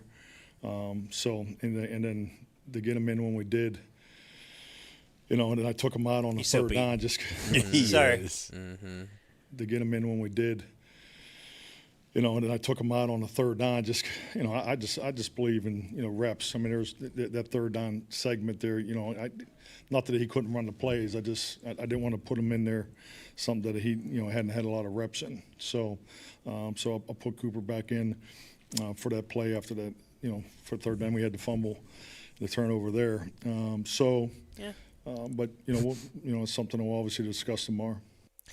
Okay, so it wasn't third down. You put him back in for second down, but it was second and long. Mm-hmm. And then you brought him in for 2nd and 16, and you know what Cooper Rush did? He threw to CD at the line of scrimmage. Like, that was the play. Chipping away 2 yards at a time. And I believe that's when the next play was the free play was in there somewhere. Free play, then the sack, fumble. Then the fumble. Yeah, it's really weird because I get the whole, he has a package, of course. His plays are going to be different. That's why he ran the ball on the first snap. But in the next series, on the next Cowboys possession, they stayed with Trey Lance, who immediately found himself in a 3rd and 14, and they didn't run Cooper Rush back out there. And then what does he mean? I believe in the reps, so I didn't want him to get the rep when it was going to be really hard. Well, or you believe in the rep because he didn't get any third down reps in practice? That's possible. We gave him a lot of reps where he'd hand the ball off. But they kept him out there for the third down 3 plays later. We gave him the 2nd and 5 reps in practice. Yeah, once it gets to 2nd and 15, he's out of the game. I hate his number, too, by the way. It's not working for me. I'm sure there have been some 19. Yeah, it's not good. Bernie Kosar is rolling over in his grave. I was going to say, I know there's at least one great, but not good. One great 19? Yeah. Johnny Unitas, right? Is it you? Okay, well then there's I think two. that's it. I was thinking Bernie. Oh, you were thinking Bernie. Okay. Yeah. Bernie's a great in your mind. Okay, good. Yeah, I'm kind of a bit great, but I would have been a huge fan. Oh, yeah. I love his coffee. Yeah, I know you do. It just it doesn't look. He wore 5 in San Francisco, right? Yeah, that sounds right. Yeah, he just looks. He looks smaller, so yeah. Bernie is big and lumbering. You need 19. Mm-hmm. Trey Lance looks tiny. Oh man. Hey, it's what are you only gonna halfway do? over, boys. We're only halfway. At halftime yesterday was halfway through the season. Let me just give you one more piece of McCarthy since I just played him talking, and we only have one more cut. I think Blake titled this as a DallasCowboys.com redirect because we're talking about bad stuff. And this is throughout your career, you have one of the best turnover ratios of any coach in NFL history. Is this the most? Oh, I've never seen anything like this, David. I don't think even on teams that I was on as an assistant, I don't recall ever having back-to-back home games with 5 giveaways. Let's keep talking about that. Tommy Arsh, DallasCowboys.com. How would you assess Micah in his first game back from injury? I mean, it's pretty good, man. Micah's great. Pretty good. You got to bring it back to the positives. Like Brandon Aubrey. Right? Yeah. Perfecto. Once again, yeah, I was trying to think of the comp. Simone Biles? No. Not Tiger as far Woods? as I like where you're going. But I just mean the I was coming up with this, but I don't think it's quite right. It's something that you just don't need. Is it the great stereo system in the beater Pinto? Or the sure, okay. I was thinking it's the when I was in my 20s, I would see like an old guy in his late 70s or 80 with his old withery wife driving around in a hot sports car, a convertible. Like they don't. I should be in that. Like I would kick ass in it. I would do stuff and they're like barely. They're driving to the like what? They're driving to Kroger and then they're driving home and putting it away. Like they're not doing anything. Like I'm young. I'd be drinking. I'd be getting chicks in there. It'd be awesome. I could use that to its fullest potential. Like it's being wasted with that guy driving it. Like that's Brandon Aubrey. Like what's the point of having Brandon Aubrey if you are a 5-12 team? I mean, certainly we can try to set the all-time record for longest field goal, but you've got this awesome thing that you're never going to be able to use, and you've got these good teams with, I'm not sure, it's a I'll make it or miss it type field goal kickers. Like the Falcons could have used him yesterday. Oh, Young Ho. 49ers could have used him yesterday. Broncos maybe if you like Brandon Aubrey is this luxury. Yeah. Yeah. But next year he'll be kicking extra points after Travis Hunter touchdowns. I wouldn't mind that. And we'll be back in business. Is there any chance Deion is the coach? Yes. No.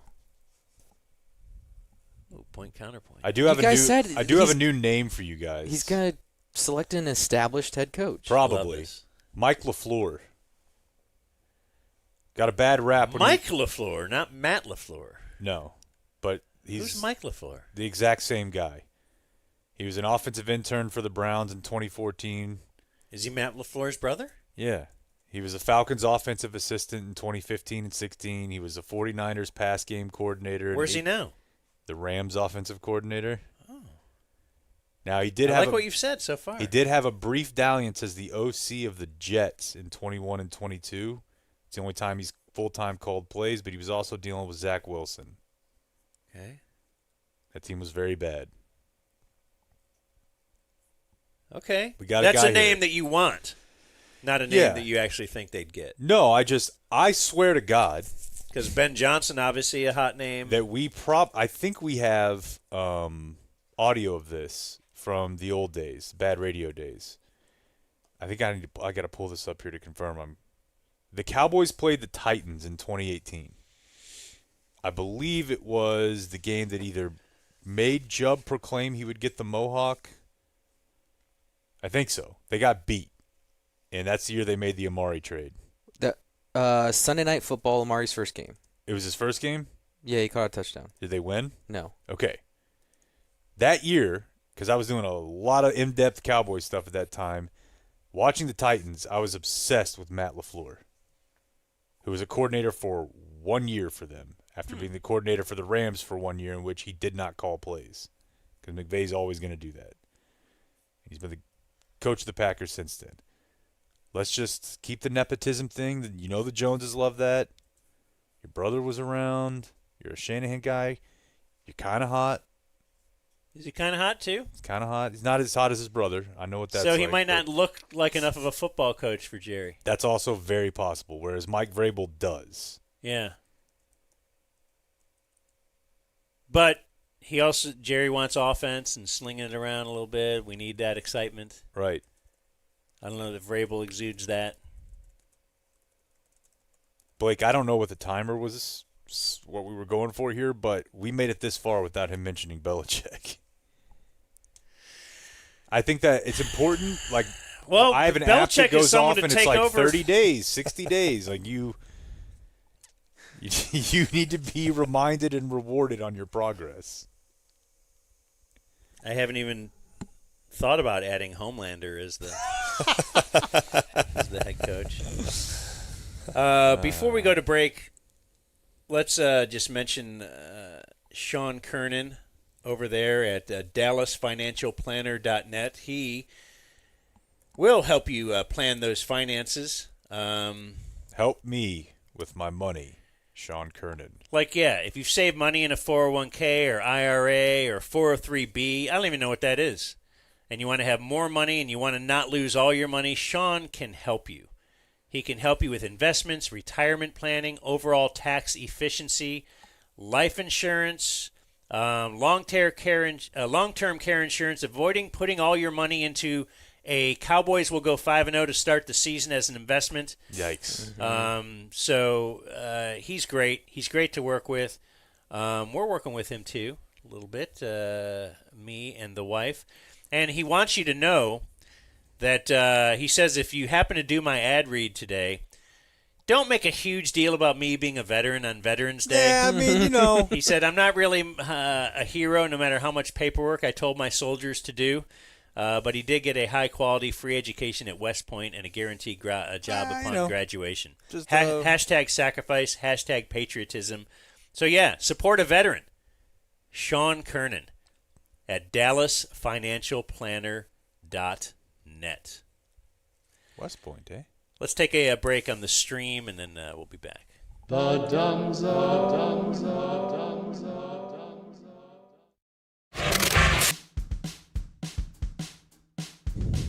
You're listening to The Dumb Zone.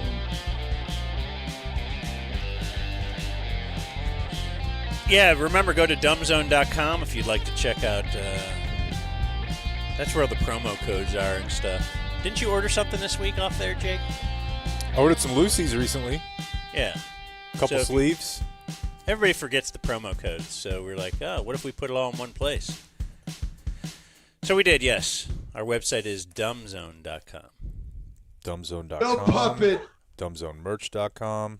I updated one thing on there this weekend, which was our live stream sketch. Sketch? Sked. Anyway, because we changed it up a little bit, we're not going to do the December 29th game. That was a dumb idea in the first place. I don't know. I mean, look, none of them are going to be fun on their face, but we'll make them fun, folks. Yeah, I don't know. We've moved it to the January 5th final game of the year against Washington, Pat, where you could see and be seen. We got to see the big man out. Who's the let's do this real quick. Who's the Commanders' backup? They'll be playing the Eagles for the division. Oh, is it the hot guy? He's just saying the backup will be playing. Yeah. Oh, in the second half? No. Probably all. Oh, yeah. You're saying they might be. They will be neck playing and neck. for They need playoffs. to play. They got Mariota. Remember? That's right. Yeah. That's right. What's the Notre Dame hot quarterback's name? A current quarterback? Nah, Sam Hartman. Was he hot? Oh my goodness, buddy. Even Video Man's riled up back there. He's a Commanders. He's a Commanders fan. Gotta calm down. Commanders fan. But I had a pant full of bone the first time I saw Sam Hartman too, brother. I watched a little Mavs over the weekend before we get back to the Cowboys. I was going to say, do we need to introduce this with something big, like to say that we're going to do a daily thing of Mavs? Sam Hartman. This Come is on, Sam Hartman, a picture of Sam Hartman. Yeah, what if Wolverine were Catholic and could throw a football? You know? It's pretty good, yeah. That's right there. Reminds me a little of Butcher. Yeah, we need. Yeah, the Mavs From the deserve boys. our Absolutely. attention. Okay, I'm getting a nod over here. I thought we could keep going. But Brad knows no. the boys. Brad's Of course. here. Yeah, we will be giving more of our time to the Mavs. Probably starting tomorrow. Because you're watching all these games, you're doing a Yeah. weekly Mavs video show. Yeah. And they're still in it.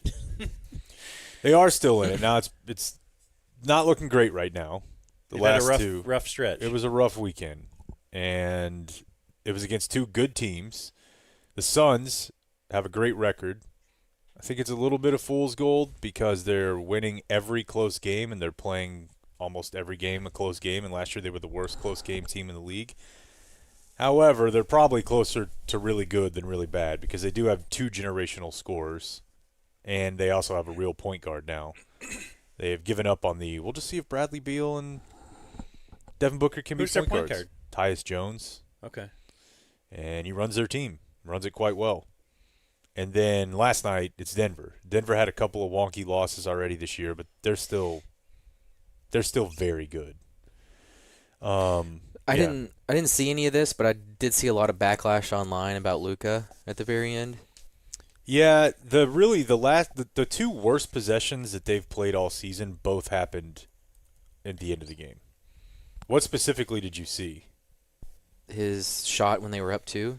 Yeah. It was not good. What was it? Let's see here. I go back to my notes. Oh, I should pull this follow-up thing too. They did. Let me pull this back up. Because Kyrie was like going off at the end of the game there. I was focusing more on the defensive possession where they just gave one up. Like right down the lane, I think, to Jokic and got out-rebounded there as well. Which one are you talking about? I think if I what I read on Twitter was the Mavs were up by 2, like 30 seconds left, and then Luka pulled up from the logo. He did have a deep three there, but it wasn't an open shot. I don't know. I didn't have a huge complaint about that. It was just what I saw on Mavs Twitter, Well, which I'm finding out I can't listen to. Friday night was the Nurkic foul at the buzzer. So Nurkic goes up for an offensive rebound for Phoenix, which, by the way, Nurkic took 2 30-plus foot threes in the first quarter of the game, at which point you're like, all right. If the non-shooting center that we're going to leave open because they have Devin Booker, Bradley Beal, and Kevin Durant is now going to shoot from 30 feet out and hit, it's probably going to be a long night. But Dallas did climb back into that one and had the lead. And it was a crazy back and forth between Durant and Kyrie and Luka and Durant. And tie game, Suns ball, and they throw up a shot. The Mavs get a stop, and yet another offensive rebound for the Suns, except they called the Mavs on a foul, fouling the offensive rebounder, Nurkic. He goes to the line, hits one, and that's ball game. And I don't think it was a foul. I actually think Nurk fouled whoever it was underneath the basket that he was trying to push to get position, but, Gafford is a bad defensive rebounder. He's just not good. And they're still without Lively. They're still without P.J. Washington. So, then you look at last night's game, they lose in the final possession of the game. They played two really good teams in the Western Conference down to the buzzer without 2 of their top 6, I would say. Because now you're getting a lot of Dwight Powell. And Dwight Powell has actually been fine. It's How just important is Lively? It's... Is he their third best player? Like, if you could lose Lively or Clay for 10 games. I would way rather lose Clay. Yeah. Yeah, because even though Lively wasn't starting, he was still playing way more minutes than Gafford, and he doesn't have a hole in his game. Yeah, in closing. Yeah. Gafford, really good rim protector. He's been pretty good on offense. He will get an offensive rebound on you. Defensive rebounding, he is one of the worst in the NBA. Like, Iztok posted his on-off numbers, and he's, since he came into the league, one of the worst rebounders in the game on the defensive end. And he got bully balled. That was after he had gotten bully balled against Indiana. The first game Lively missed, the one I went to, against Miles Turner. He just had his way with him. Same thing last night. They can't rebound at all without Wylie. Now, I will tell you, bright spot over the last couple games, if the vibes were right and the culture were there, if you ever wanted to start Najee Marshall instead of Klay Thompson, I'm now pretty convinced you could. Because that's whose spot he would be taking. Like, if PJ comes back and you wanted to bring Klay off the bench, Najee Marshall is a starting caliber player. He's been filling in very capably for PJ. Yeah, I always thought of him as a 3-and-D guy, but he can put it on the floor, and he will run the break. He can pass. He's much more than what your Reggie Bullock or Dorian Finney-Smith is. Oh, yeah. The game that I was at, that was the game of the half-court alley-oop. Yeah. Yeah, he's got something. And I don't know that they'll ever get to a point where they want to bring Klay off the bench, but they could. They should. Okay, I wanted to play one quick thing for you here. This is just a verbal crutch I noted. And it is from Doris Burke. This kind of has a Stephen Jones vibe to it. But this is Doris Burke. Friday night she was on the call. Last night was a local game. But watch, he's just gonna push. Okay, so obviously you know what I'm going for here. But watch, he's just gonna push. Kevin Durant's reaction was just like shake his head, like I'm perplexed at whatever the message is. I mean, he was deep, folks. That's when you say shooter's touch. What? Never noticed this. That was one game, and I wasn't paying that close of attention to the audio. Stephen Jones. So it doesn't get any easier from here because next up they have Golden State. Here? No, they're on the road. They had the 5 straight at home, and they lost 3 of 2. So they go to Golden State, and then Utah, San Antonio, Oklahoma City. Chet's hurt. Oh, really? Yeah, and it might be for a while. So that's the thing. If you're Oklahoma City, though, you're so good. Why can't the NBA start at Christmas? And they're not ready for this. They have so many guys that, honestly, when they took Chet, that probably was part of their thinking. Like, yeah, this guy might be hurt all the time. He's 7 feet tall, and he moves a lot, and just ask Porzingis how that works. But they don't care because they're just going to get Cooper Flagg next year. Dude, I saw that. Yeah. So no way. It's not getting any easier. Golden State, by the way. Whose pick do they have? I can't recall off the top of my head. Golden State has only lost twice, so they're 8-2. Their most recent loss, of course, was when they got their doors blown off by the undefeated Cleveland Cavaliers. 11-0? 11-0 now. Yeah. They won again. So I guess my general upshot for the Mavs is they're good. You would have liked to have get one of these two, but Kyrie is on fire. Luka's still not totally there, and they're staying in these games without Lively and Washington. And both the teams they played were pretty much healthy. Yeah, they'll figure it out. And one more thing on the Suns game Friday night. They made Grayson Allen get jacked, and now he looks even more like a Nazi.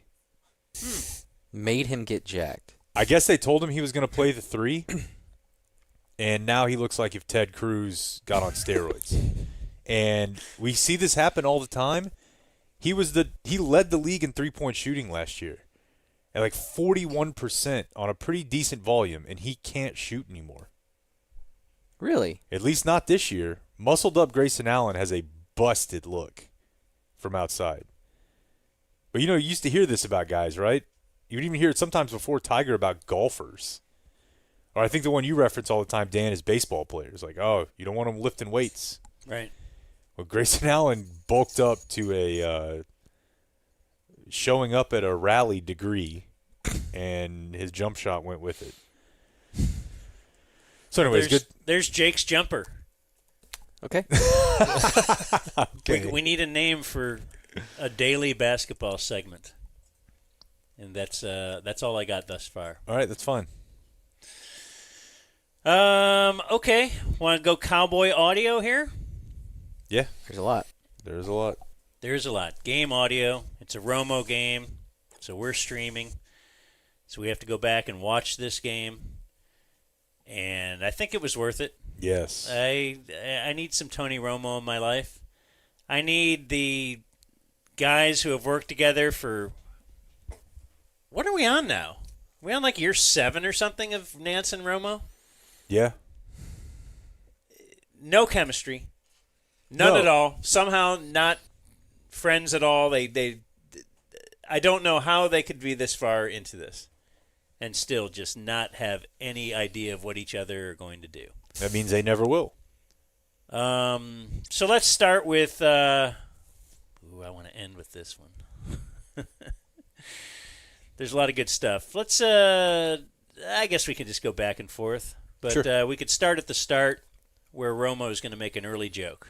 You got a quick third, Nate. Another big thing again is at left tackle with Guyton out, banged up with a neck and shoulder injury, and Awesome Richards steps in. New quarterback, new left tackle. It's a lot to ask. It's a lot, and they're hoping that Awesome Richards can be awesome today, but you've got to help him. Now, you might think Nantz was giving a courtesy laugh there. I think Nantz really thinks that funny. No, that's Nantz at Augusta, right there. You wrote that in the hotel room. Which the funniest thing about all those Nantz lines is they're written out and delivered in a way where he's like, "This will kill." Because you could tell Romo, whatever he said before the line was merely like perfunctory. He just had to get that out of the way. So, awesome will be awesome. Oh, yeah, he set it up. More Romo comedy. That was Bond. It was one of those who helped. This is the Zeke fumble, I believe. That was Bond. It was one of those who helped pop it out. He gets a shoulder on it. Gardner Johnson and Bond right there. We just talked about her under the radar. Well, he's above the radar now with that play. Yeah. On the radar? I mean, he's right. It doesn't make sense that under the radar, the opposite is on the radar, but... By the way, the fan was calling for you to get back in the game. There was a... Okay, so they showed a crowd shot of a guy holding a sign that said, like, put Romo in the game. Something like that. By the way, the fan was calling for you to get back in the game. There was a Romo who made his NFL debut today.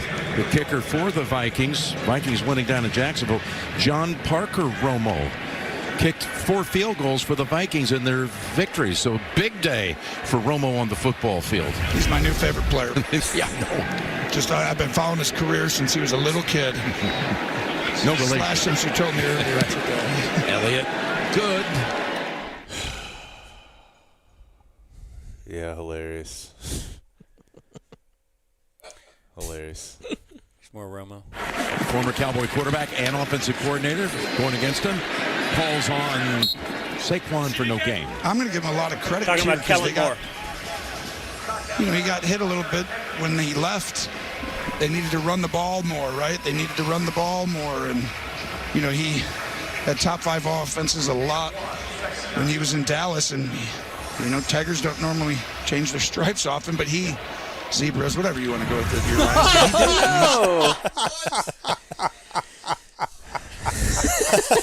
You know what they say, zebras never change their stripes.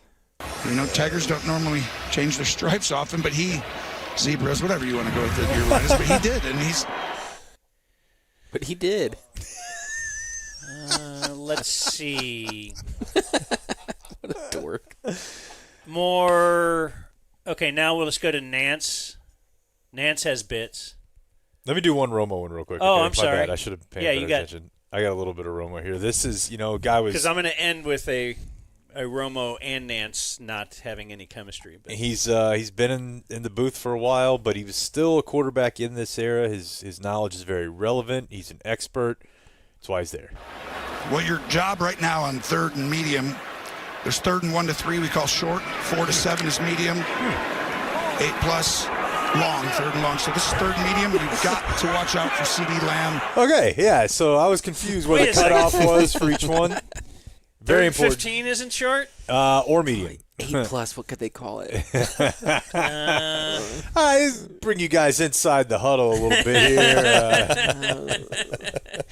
here. This one's funny because, there are hard names to pronounce. Leafau, it's an Islander name, a Samoan, Tongan, Polynesian. I'm not sure, but it phonetically looks like Leafau. It's Liafau. But it's not Romo's job to know that, right? And now he's right down the barrels. The ball was not high and tight with 3 points. And Leafau comes up with the fumble recovery. All right, so the quick but not that quick of a double up of change right here, and then Nantz wants to help him. And Leafau comes up with the fumble recovery. Oof. Look at that ball come out, and they give it right back to the Cowboys. Gift returned. Wow. Boy, is he back or Does what? he make a difference? As you said, Leafau with the recovery. That isn't what he said at all, actually. Set up at the 6-yard line. It's not what he said. As you eventually said. Kind of. Got a little bit of a Romo special here, and then I'll throw it back to you. I've just missed this, We don't get a lot of Troy and Joe, and now we don't get a lot of Jim and Tony. And we won't for the rest of the year. We will not. You better – the NBA meme where when somebody does something, there's that picture of Adam Silver, and it definitely isn't a real quote, but you better get ready to learn Chinese, buddy. I feel like you need that for the Cowboys this year, but with whoever the fourth team is. Moose Johnston. Yeah. Better get ready to learn Moose, buddy. But I'd miss this Romo bit. Throw a little soft go route that only the receiver's looking, right? He can adjust his body to it. Hurts does that incredibly well. And now you're like, should we bring this safety down or keep him back? Now you're like, stop Barkley. Now you're like, what do we do? Because now you're like, girl. They're like, do we run? And then if you're a Cowboy fan, you're like, but what if they pass? Just say the sentence. He likes to joke around, and then, but if he brings Nantz into his jokes, Anger will be able to pass. Don't touch it. Let it go to 0. Why? Yeah, right. Okay, he's yelling at the Cowboys. Dumb play at the end of the half. They were punting, right? Yeah, they did down the ball with a second left. Yeah, let it bounce. There's no one near you at all. There's no one around you at all. Anger will be able to pass. Don't touch it. Let it go to 0. Why? Yeah, right. All right, clock operator, just click that to 0 real quick. Nantz needs a bathroom break. No, I don't. See, he's like, no, I don't. That's ridiculous. Why is that insulting? Say that. But will Nantz just leave it at that, or will he think of something that might be funny? Nantz needs a bathroom break. No, I don't. Maybe I need a hot dog break. I'll get you one. That's the comedy? Oh, my God. That's so lame. Me, I'm Jim Nantz. I don't piss, but I eat hot dogs. I care so much about broadcasting, I will poop my pants. Tony Romo. Nantz does have his own brand of comedy, though. Some amazing shots from today's game, provided by Nationwide. Now the sun's not a factor anymore. Sun beginning to set here in Arlington, and the Cowboys, their season might be seeing the sun set on any of their hopes. I have no room to talk. I used let's close the curtains on the season line this morning in a column. 6'6" wide receiver. The tallest receiver selected in an NFL draft in the last decade. Taken in the 6th round back in the spring. And he has his first career touchdown catch. That was impressive. A lot of good things that play. The sound of Philadelphia, and the Eagles are soaring 21-6. I don't know that. Why was that the sound of Philadelphia? Do you know, Rob? Yeah, it's... is that some Philadelphia I'm sure it's a song? Philadelphia soul. Yeah. Philadelphia Freedom? No. All right. Anyway. It's a Philadelphia. Obviously, that was something that, Nantz probably told his production crew. Look, you got to have the... And then everybody knows that song. And then Romo stepped on it. That's the OJs? The OJs? Yeah. The hell, what year are we talking about? Late 60s, early 70s. Okay. And by the way, I have some of the OJs on the playlist. While they are known as Philadelphia Soul, now I'm looking at their Wikipedia page, they are from Canton, Ohio. Okay.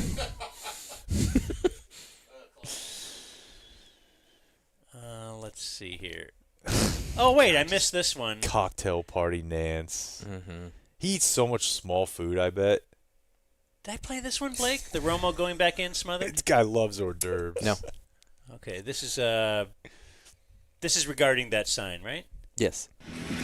Back to a restless Arlington. Oh. Well, what do you think? You ready? Oh, yeah, I'd last. Okay, so this is the Romo going back in. Okay, they come back from break. They see the sign that says put Romo in. Mm-hmm. And then they're going to show them in the booth. And Romo is going to be like warming his arm up. He's kind of stretching it out. He's Sure. thinking about he might be doing this. What do you think? You ready? Oh, yeah, I'd last. Let me just get. If it wasn't for that knee or something, you know, I'd have had a career or something, but I'd last about 2 drives. I do remember the last time you. Okay, number one. No, you wouldn't. 2 drives?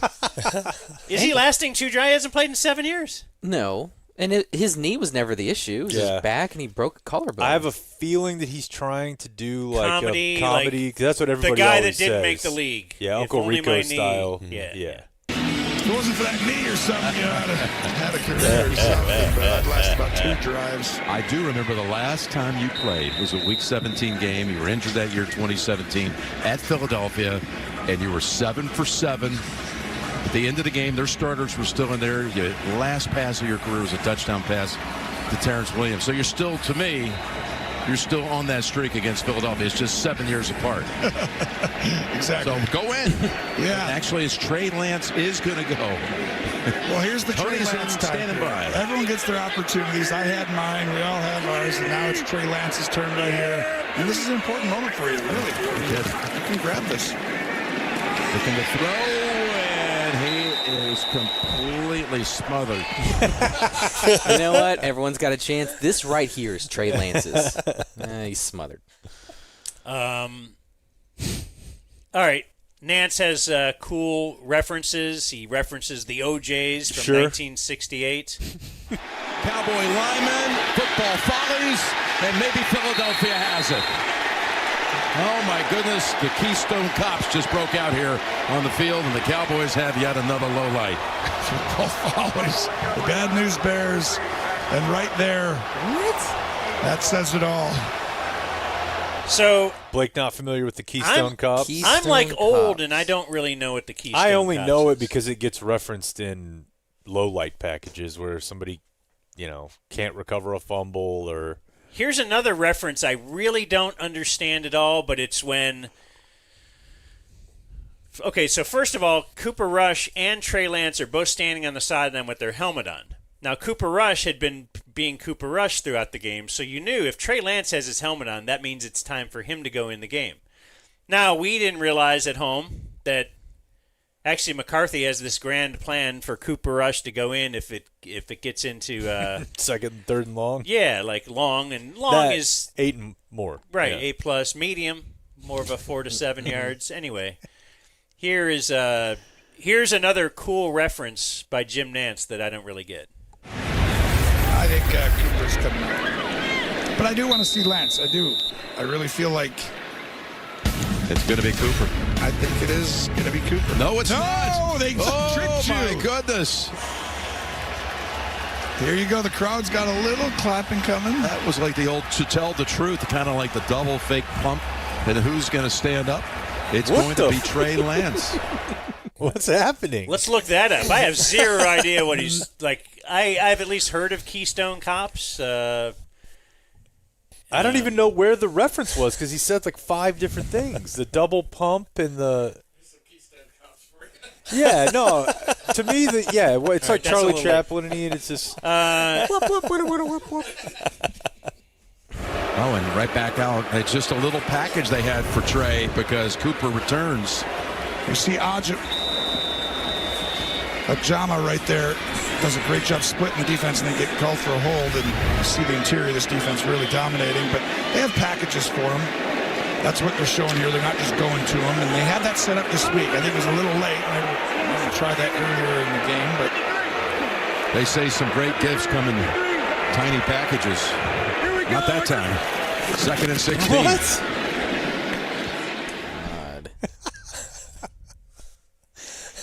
Hell, I don't know, man. By the way, to tell the truth, to tell the show from 1956. Oh my god. 1956, a game show? Ah, you remember?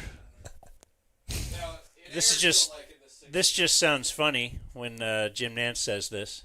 Country music's hottest rising star, the Grammy-nominated Shabuzi. Time show. Shabuzi. I'm sorry.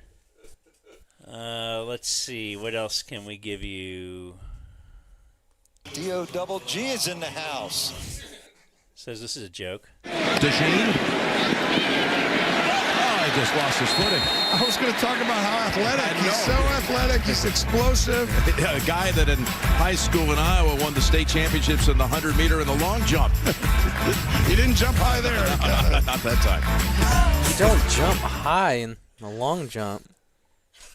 No. And okay, so this is the one I went into with. Unless you guys got another one you want to. By the way, they have to guessing go. Game? Huh? Guessing game? You want me to play that? I'm doing the George Bush thing. They have to go way over the top on Cooper DeJean, too. You want me to hit guessing game for you? We promised he was fast. We promised he's actually because they had all these graphics made for him and stuff. Yeah, and he's white. I got a question for you, so you can get it. Who's the most famous Penn State Nittany Lion in the game today? Who played out there? You got it? That's a pretty easy one. Let's see if Mike Arnold can cut to him about right now. Who do you think?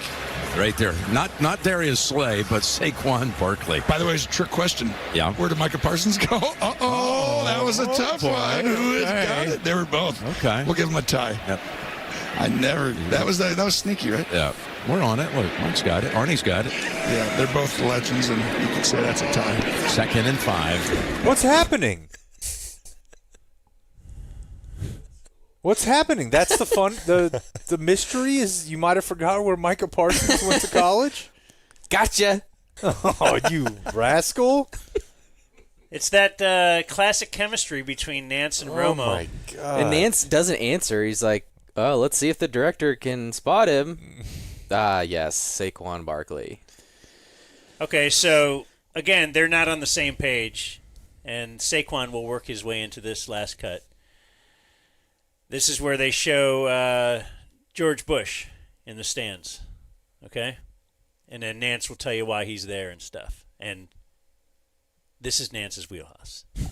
He loves Presidents? Presidents Okay. and Veterans Day. By the way, earlier today, President George W. Bush, there Mrs. Bush, participating in the coin toss. And on Friday and Saturday, at his ranch in Crawford, the Bush Center hosted their annual Warrior Ride, welcoming some remarkable men and women who have served in our armed forces for a couple of days of mountain biking with the former president. It's just so special to see his commitment to the Warriors, the Wounded Warriors, the golf event. That was the 10th annual. Okay, so it was a golf event. We got to remember that too. So special. Like he Not the mixed, bike ride event. He's talking about the golf when you said. I'm just saying. Okay. He mentioned the bike riding, but he Okay. also mentioned golf. Like if you combine golf with America and Yep. soldiers, then and a president. That was the 10th annual Warrior Ride at the ranch in Crawford. Here's a 2nd and 1. Barkley. He's got a first down after a gain of about. Okay, so he was waxing on about President Bush, the events, the Warriors, all this kind of stuff, and then Saquon Barkley gets the ball, and we're back to football, I think. I guess Romo is thinking. Here's a 2nd and 1. Barkley. He's got a first down after a gain of about 6. So Romo's going to comment on that. He's so impressive. I mean, okay, as he says that, the camera back on George Bush. Uh-oh. So at first, Romo wants to talk about how great Barkley looks today, which he did, right? He's looked good all year, but especially against the Cowboys defense. he's so impressive. I mean, he's also very impressive. Well, their initiative there is really for veterans to know how much they're cared about, and if they need any more information about that, veterancheckin.org is the place you go.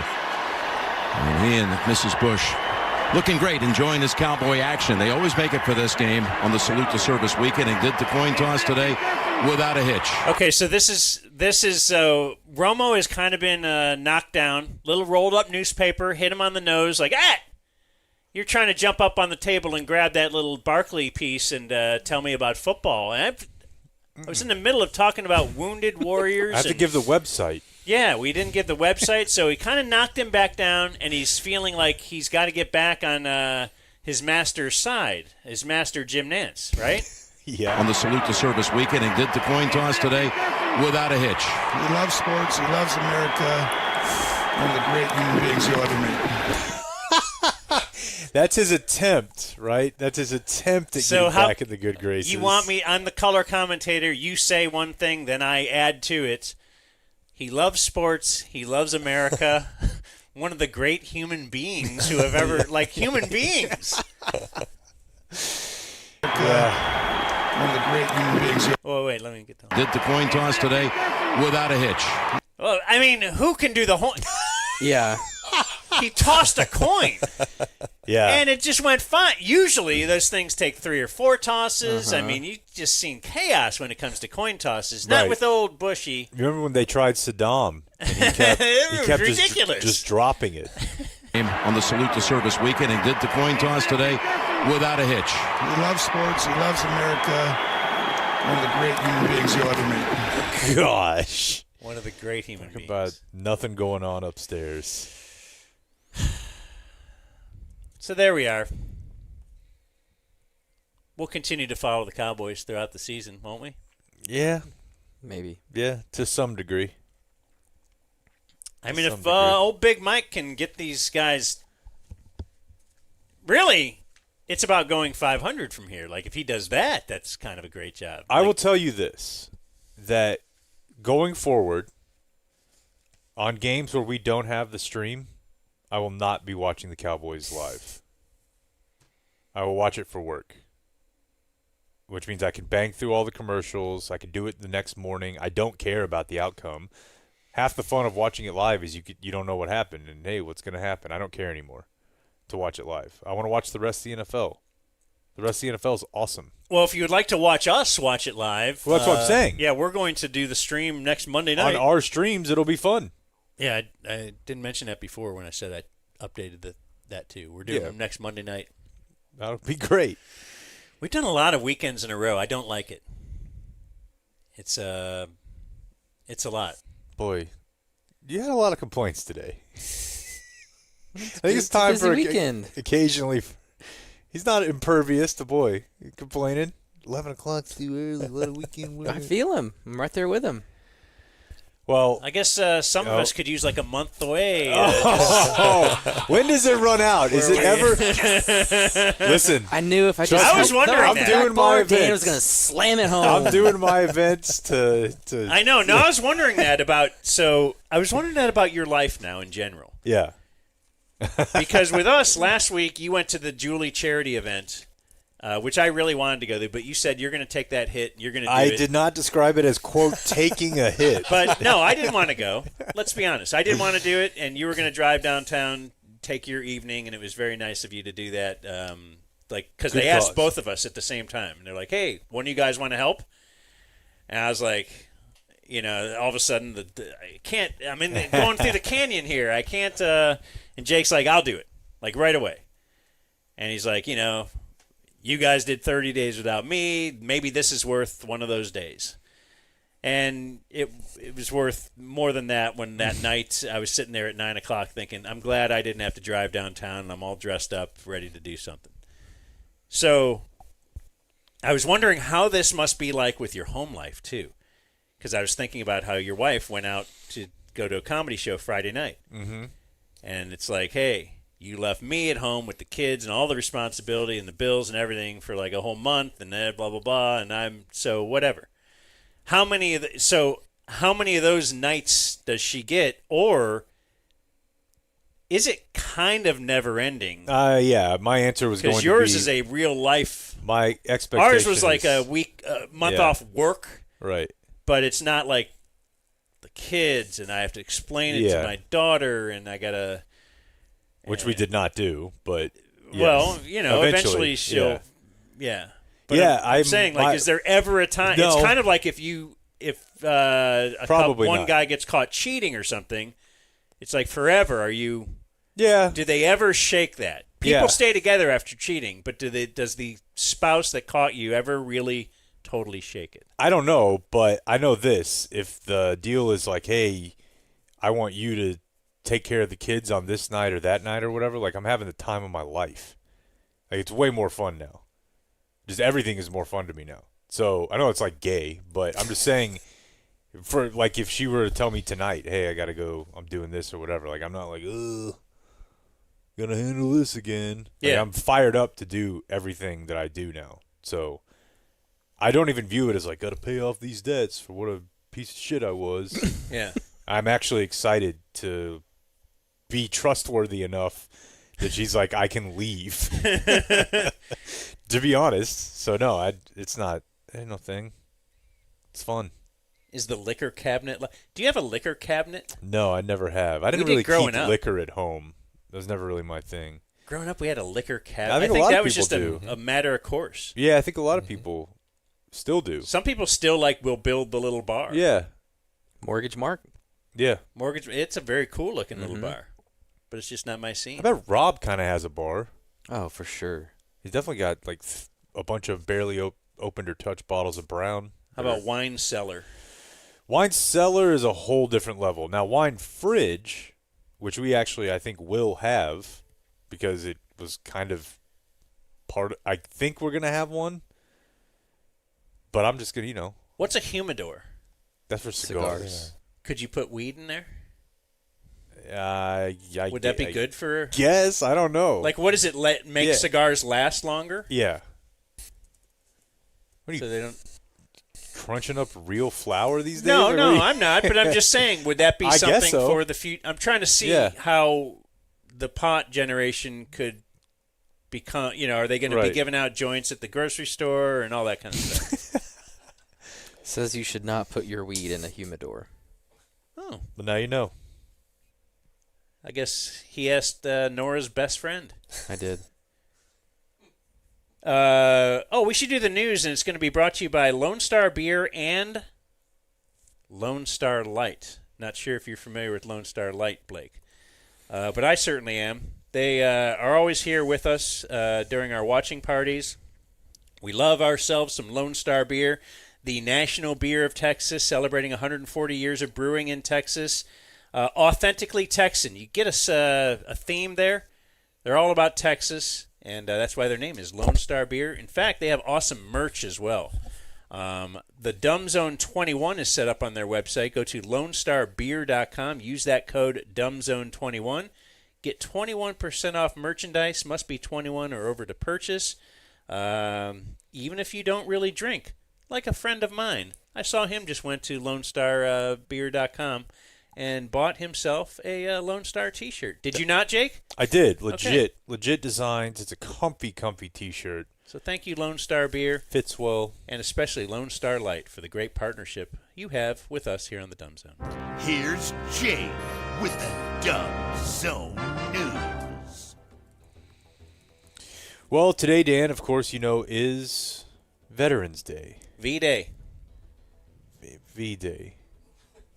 Generation V. I started watching Generation V this weekend.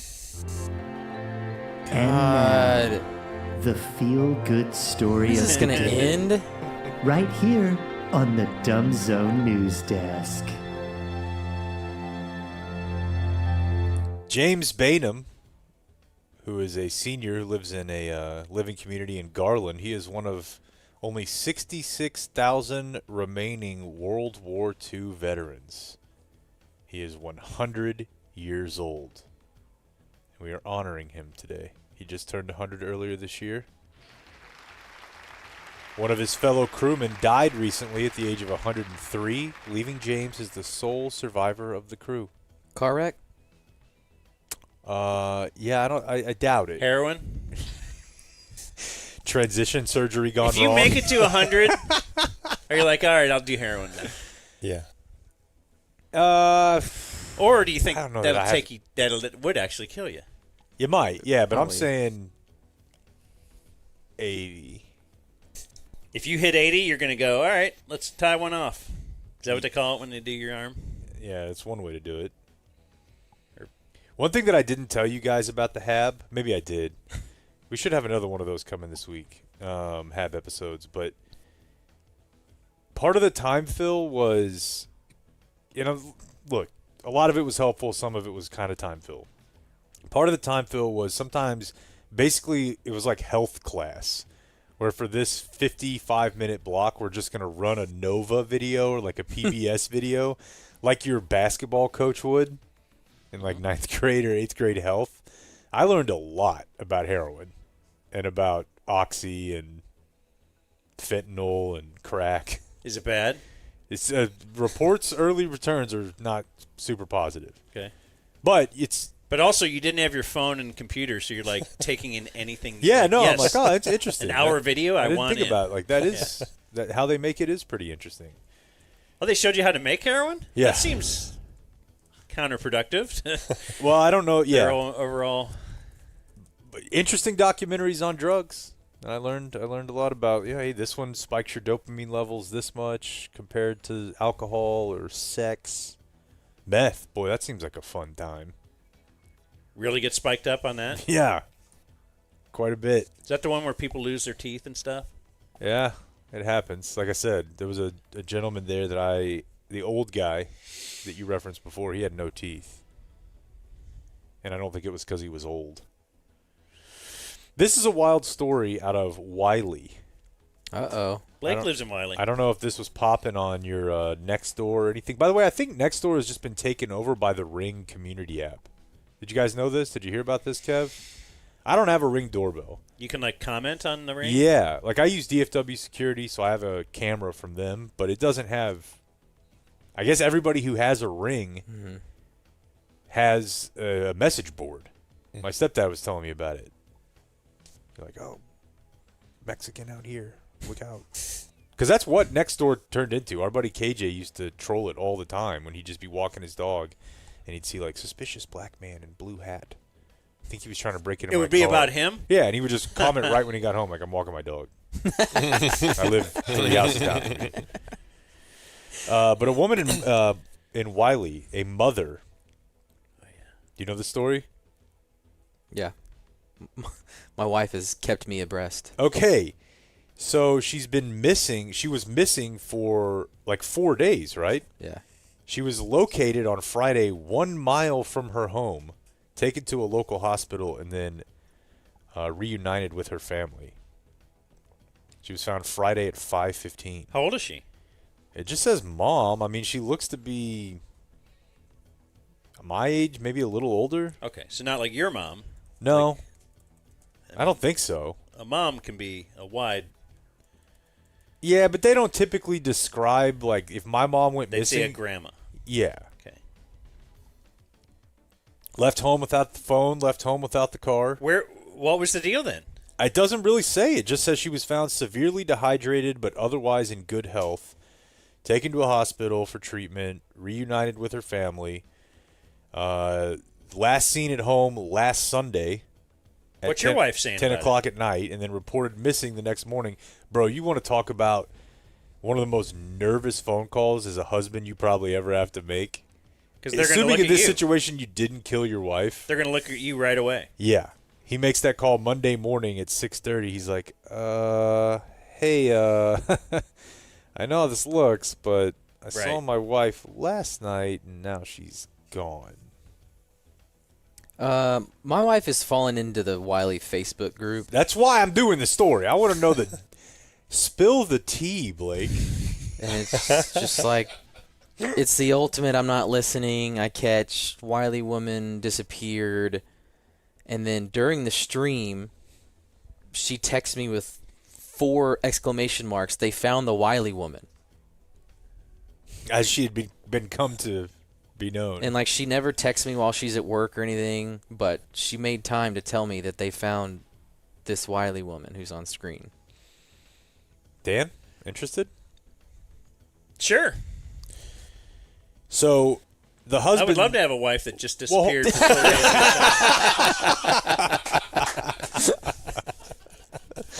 Yeah, you might not even have called the cops. It's like, God. 4 days she doesn't have her Fine, she's an stacking adult. freebies. Take care of herself. doesn't have her phone, so she doesn't call you or anything.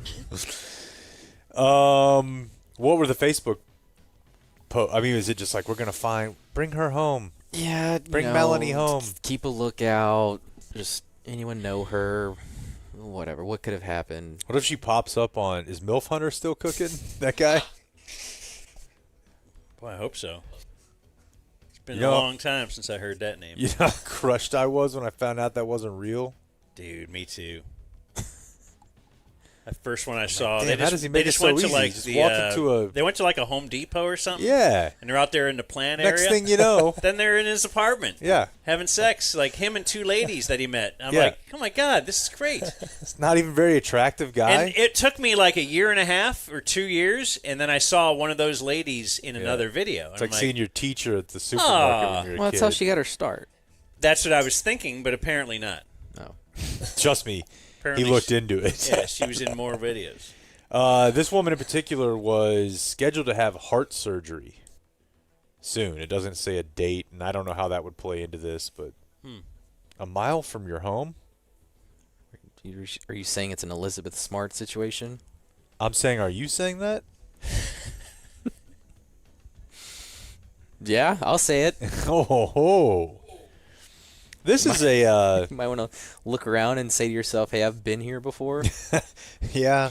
But we're not saying she was kidnapped. No, there has to be some sort of like mental health thing where she was confused or something. To just walk out, no phone, no meds, no wallet, no keys. Just go wandering. 4 days is And a the long... weather was getting a little rough last week. A little chilly. 4 days is a long time out there on the streets, though, fellas. The streets of Wylie. What do you think she did? Survived. Gotta do whatever you have to do. This is an interesting one. Fort Worth police say that a man and a woman who were not connected, and I believe that means they didn't know each other, not that they were not Siamese twins. Mm-hmm. How are we doing with Siamese twins, folks? They got to be down, right? Well, I just mean do we use conjoined, right? Not anymore. We're done with that language bit. Who's gonna police me now? Yeah. But, like, do they even exist? You don't hear about it a lot. Conjoined I guess twins? you never really yeah, did. well, you hear about it when they're being separated. Like, I think there was one in Fort Worth or Dallas recently where they had a successful separation. Like, is anyone just joined by, like, a finger and it's not a big deal? Like, it's always kind of a big that deal. would still be a big deal. Would it? Like, yeah, that would suck. I mean, it would basically be just as big of a deal. Not as if your brain is, or your head, then it's like, well, will Have you ever seen one with the head? Just a news story that they had to separate. Yeah, but they each had a head. Right, but it was concern, like, if they separated them, would one of them just die? Correct, yeah, that is a concern. But if you're just doing the finger, you're not too worried about that. But also, for a second, I was thinking of a scenario where you had like a Goro from Mortal Kombat, where it's they have one head and two human bodies fully conjoined. So there's 4 legs, 4 arms. I'm not familiar with this character. Well, he had 8 arms and legs. Okay. So in your scene, it's 2 the wieners? reverse Abby and Brittany. They have one of everything but 2 heads. Yeah. In any case, let's go back to this story where there's a man and a woman who were not connected. They crashed into each other early this morning, late last night, 2:30 a.m.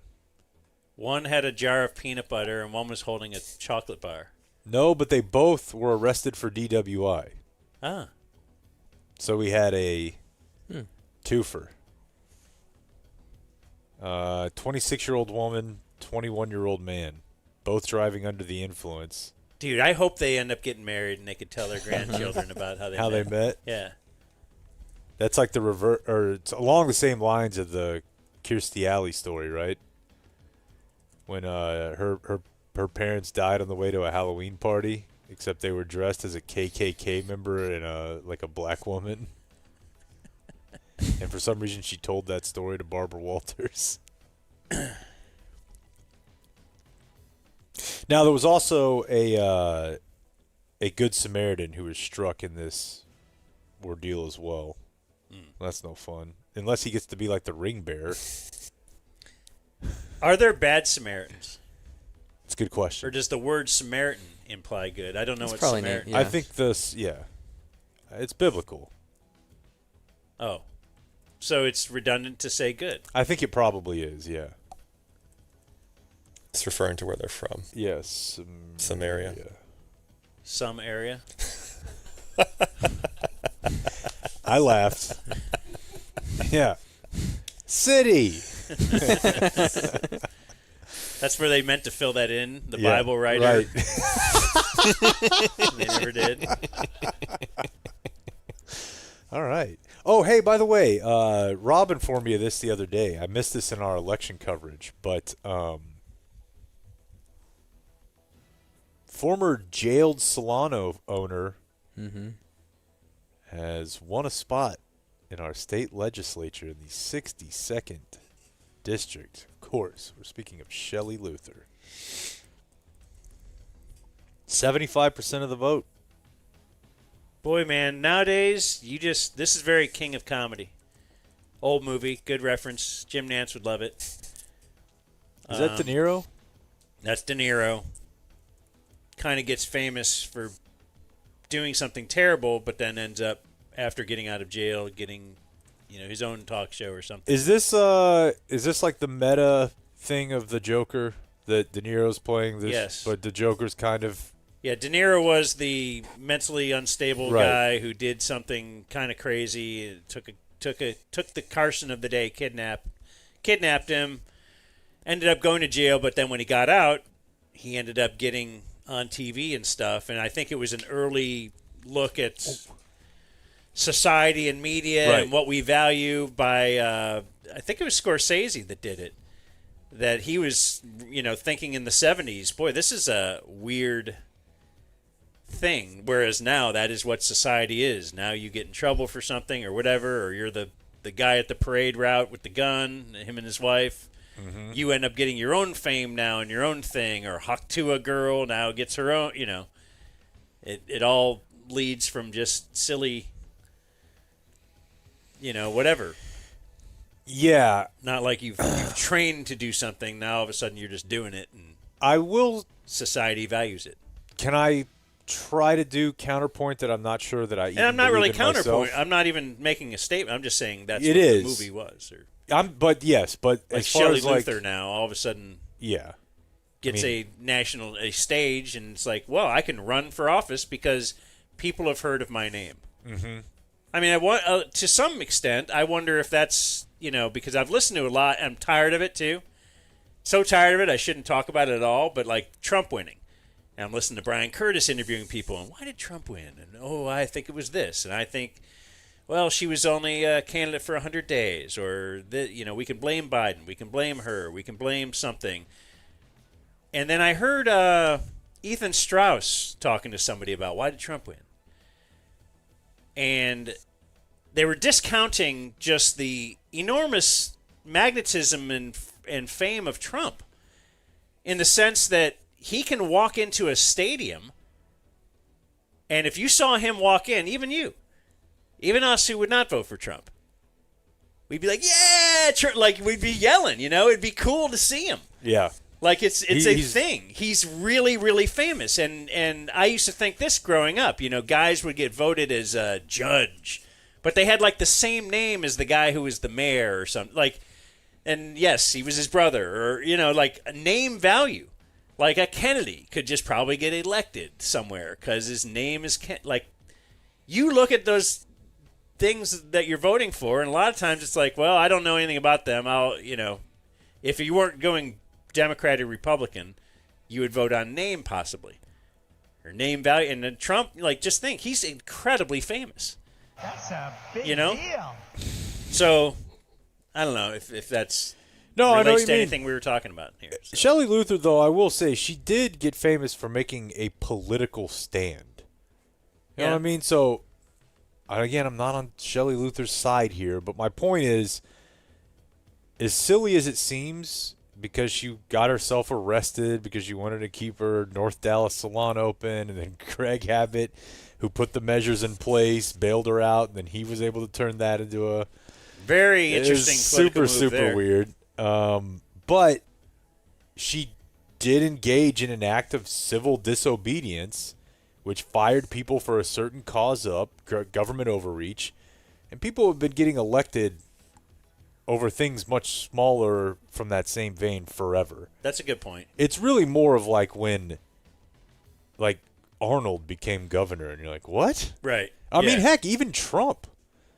You know, even Trump being famous, it wasn't like he was... Right. No, you're right. She did something that people identified with. Well, she's back in business.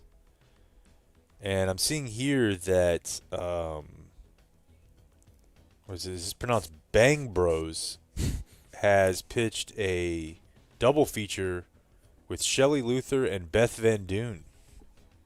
So they're waiting to hear back from their camps. Is that real, or did you just make that up? You tell me. Okay. Because, you know, Pornhub will, like, offer up I know. I'm waiting $1 million for Huck to a girl or something. I'm waiting on it. And then I think I had one more for you here. Oh, phew. It's our every couple month notice that these mountain lion sightings up north are not stopping. There's a particular one that is on the move through Collin and Denton counties. And the thing is now, to reference this again, everyone has the camera out front. Like they even, maybe this is actually really common, in like trailer parks, people have them. Probably because it's a target for theft. This is big mom talk in the area, too. I bet it is. Is your wife talking mountain lions? My wife is. No. Okay, that's in her Facebook group. She was telling me all about the mountain lion this weekend. This particular one seems to be quite the menace. Well, it's a mountain lion. Well, yeah, but I mean, it's like terrorizing the entire area. Not too far away from where Shelley Luther represents. Maybe she'll have him killed. Where at? This is, let's see. Those are the two counties. Like I said, Collin and Denton County. There was one. It's seen in Frisco. Observed walking through the area. There's, like I said, there's video here from Brady Smith's RV park near a state park up there. That's one of the. I'm an RV guy. Boy, you are, but. I mean, I traveled in an RV more than you did. Yeah, she's got you there. Overall? Like in life? No. In the past 12 months. Thank you. Yes. I just don't like to besmirch the name of RV guy by letting you claim it. You know? I pooed in an RV. On accident. It was definitely an accident. But this is going to become more and more of a factor in everybody's world as we expand all the way to Oklahoma. Critters? Yeah. We're rooting them out. There's nowhere for them to go. Deport them. Send them back to Africa, yeah. That's right. That's probably enough. Mike Tyson's fighting Jake Paul this weekend. Oh, yeah. There's a bunch of news articles about that in the local rags, but I am done. What are the betting odds for that? Oh, speaking of betting odds, this is not news, but somebody did post the next Cowboys coach odds from BetOnline about an hour ago. Who's at the top? Top 5. Or I'll go from 5 to 1. Plus 900. Cliff Kingsbury. Like it. Plus 800. Brian Flores, who apparently, whoever made these odds, has never met Jerry Jones. Don't like it. Brian Flores? No way. Why? Because he sued the league? There's just no way it'll happen. It's ridiculous. No, but his teams in Miami did play pretty hard until they were kneecapped, and the Vikings defense is pretty elite. Now, could Jerry call him for the courtesy interview? I don't think Brian Flores is going to answer those calls. I'm just saying. Yeah. Would Jerry put him on that list? Sure. Number 3 at plus 600. Bill Belichick. Now we're cooking. Number 2 at plus 500. Lions OC Ben Johnson. Okay, give me. And number 1 Dion at plus 300. Oh, hang on. I'm saying Dion. Blake. What do you think? No, it's not Dion. You don't think Dion's the number one choice? Number one. Cliff, Flores, Belichick, Ben Johnson, and It can't be Zimmer. There's no way Zimmer. He's tired of him. Bring Garrett back? or Vrabel. Vrabel? Plus 300. I wouldn't mind that. He could beat up McCarthy. All right, there's the news. Mike Tyson's plus 210. The Dumb Zone. What a fake. News. Like and subscribe. Fake odds. It's right here. You can bet on him right now. Our salespeople are saying, would you potentially be open to hosting a viewing of the fight somewhere? But it's not like a done deal or anything. Not even. I'm down. Half a done deal. But the fight's not. I don't know, dude. I'm down. When's it going to start? Like at 11? Yeah. I got to go drive to Frisco or whatever to stand there. But if we do end up doing this event, we'd like to I'm not doing welcome it. you out. I'm saying no. The drive, probably not so bad. This is part of your month payoff. I I'll don't want go. to do it. I don't I'll want to go. go Friday night. Now, if you want to do a stream here. I do not. Okay, see? I will if you want, but I would prefer it to be commerce related. Viewer birthdays. Samaritan birthdays. Dear Sultan of Twat, the Titan of Trim, the King of Gash, the Colossus of Clit, the Great Slambino. Jeez. Monday is my husband Aaron's 38th birthday. I'm sure he's a week 1 DF, as am I. Fun fact, as long as Aaron remains in banking, he never has to work on his birthday because it falls on Veterans Day. I heard a guy talking about that at Flag yesterday. Like, they get them all off. They don't have, like, bank in-service days? What, do you just get off? She says, see, Lazy. Wasn't that fun? No. His hero is definitely not Jake and his fake drinking problem. Fake? If Jake needed rehab, then my husband and I both have surpassed rock bottom. Just kidding, kind of. Anyway, love you guys. That's usually how those emails go. I'm just kidding, I think. Love you guys. Thanks for the birthday shout-out for Aaron in San Angelo. P.S. Please bring back the Crow line from Madison. Jake wants to. We're trying to tell him he doesn't want to. You don't want to. I wanted to bring back voicemails, and these guys both said that will fail. And it really kind of took the wind out of my sails to pitch an idea and immediately be told, it's going to fail. Just saying. And I kind of stopped bringing it up, but we do have a phone. Boy. If that was everybody's attitude, Baker Mayfield would have never...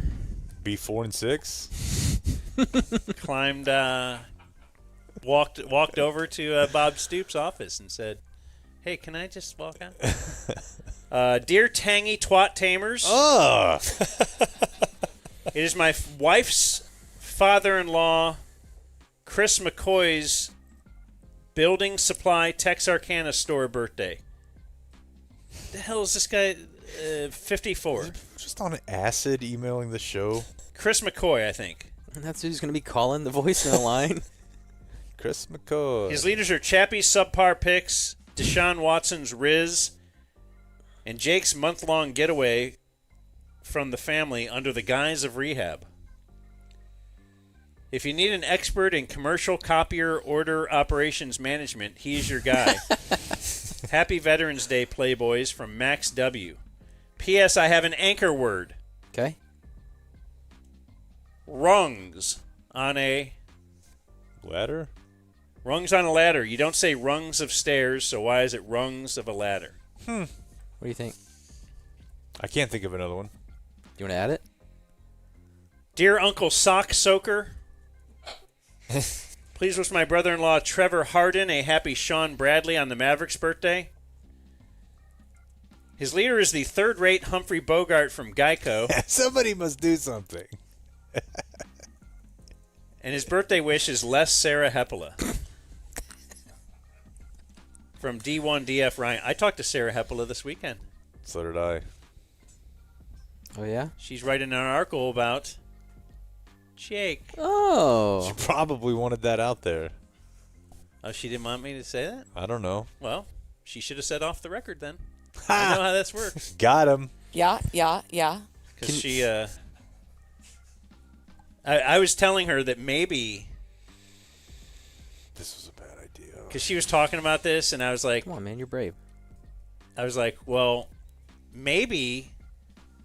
She was, because she was saying, oh, it's a big deal that he stepped out and he did this publicly and all this. And I was like, yeah, well, maybe it's actually something else going on, and he's using this as a ruse because he knew this would be commonly accepted. Like, it could be a transition. It could be like you started to transition and then you backed out. Mm-hmm.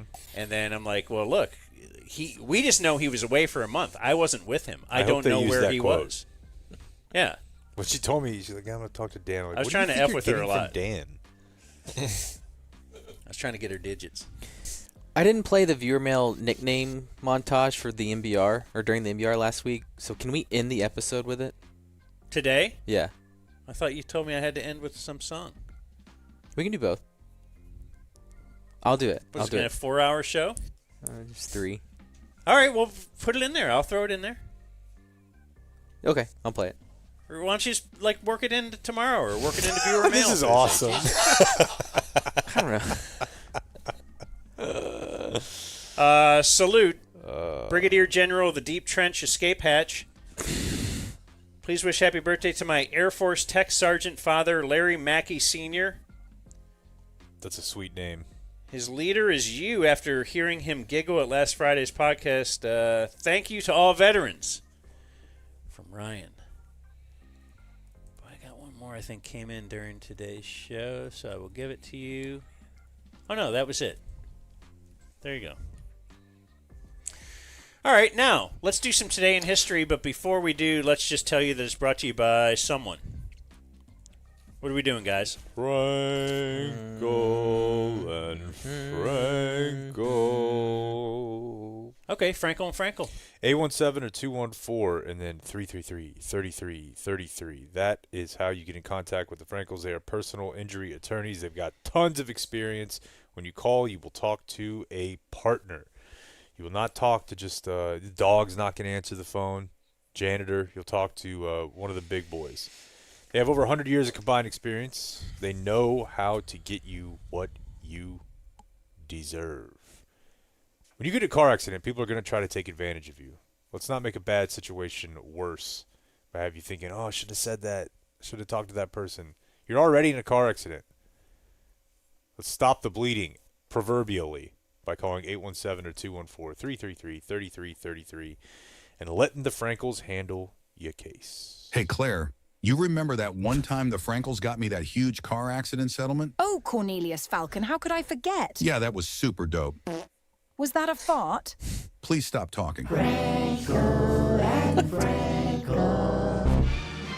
The Dumb Zone presents Today in History.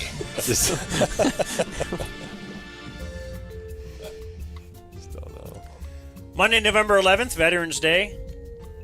On this day in 1938, Irish-born cook Mary Mallon.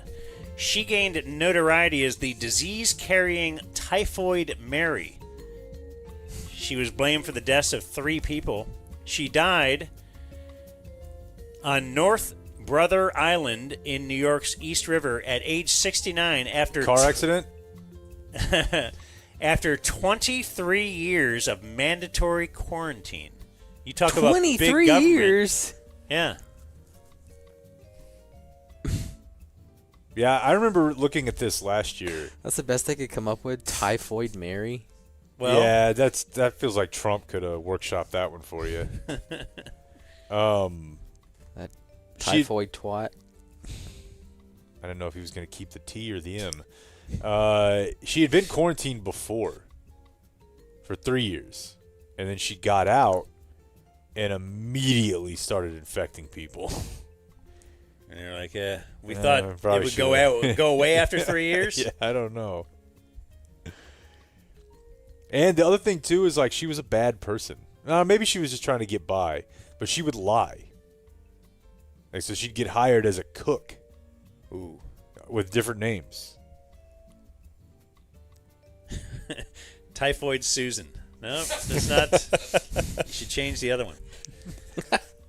On this day in 1939, Texas Tech and Centenary, Louisiana, played to a 0-0 tie in a torrential downpour in Louisiana.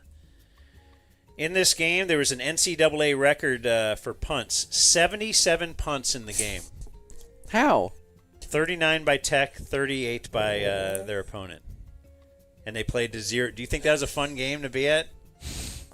77 punts, 0-0 tie. It seems impossible. On this day in 2014, Dirk scored 23 points to become the highest scoring player born outside the United States, surpassing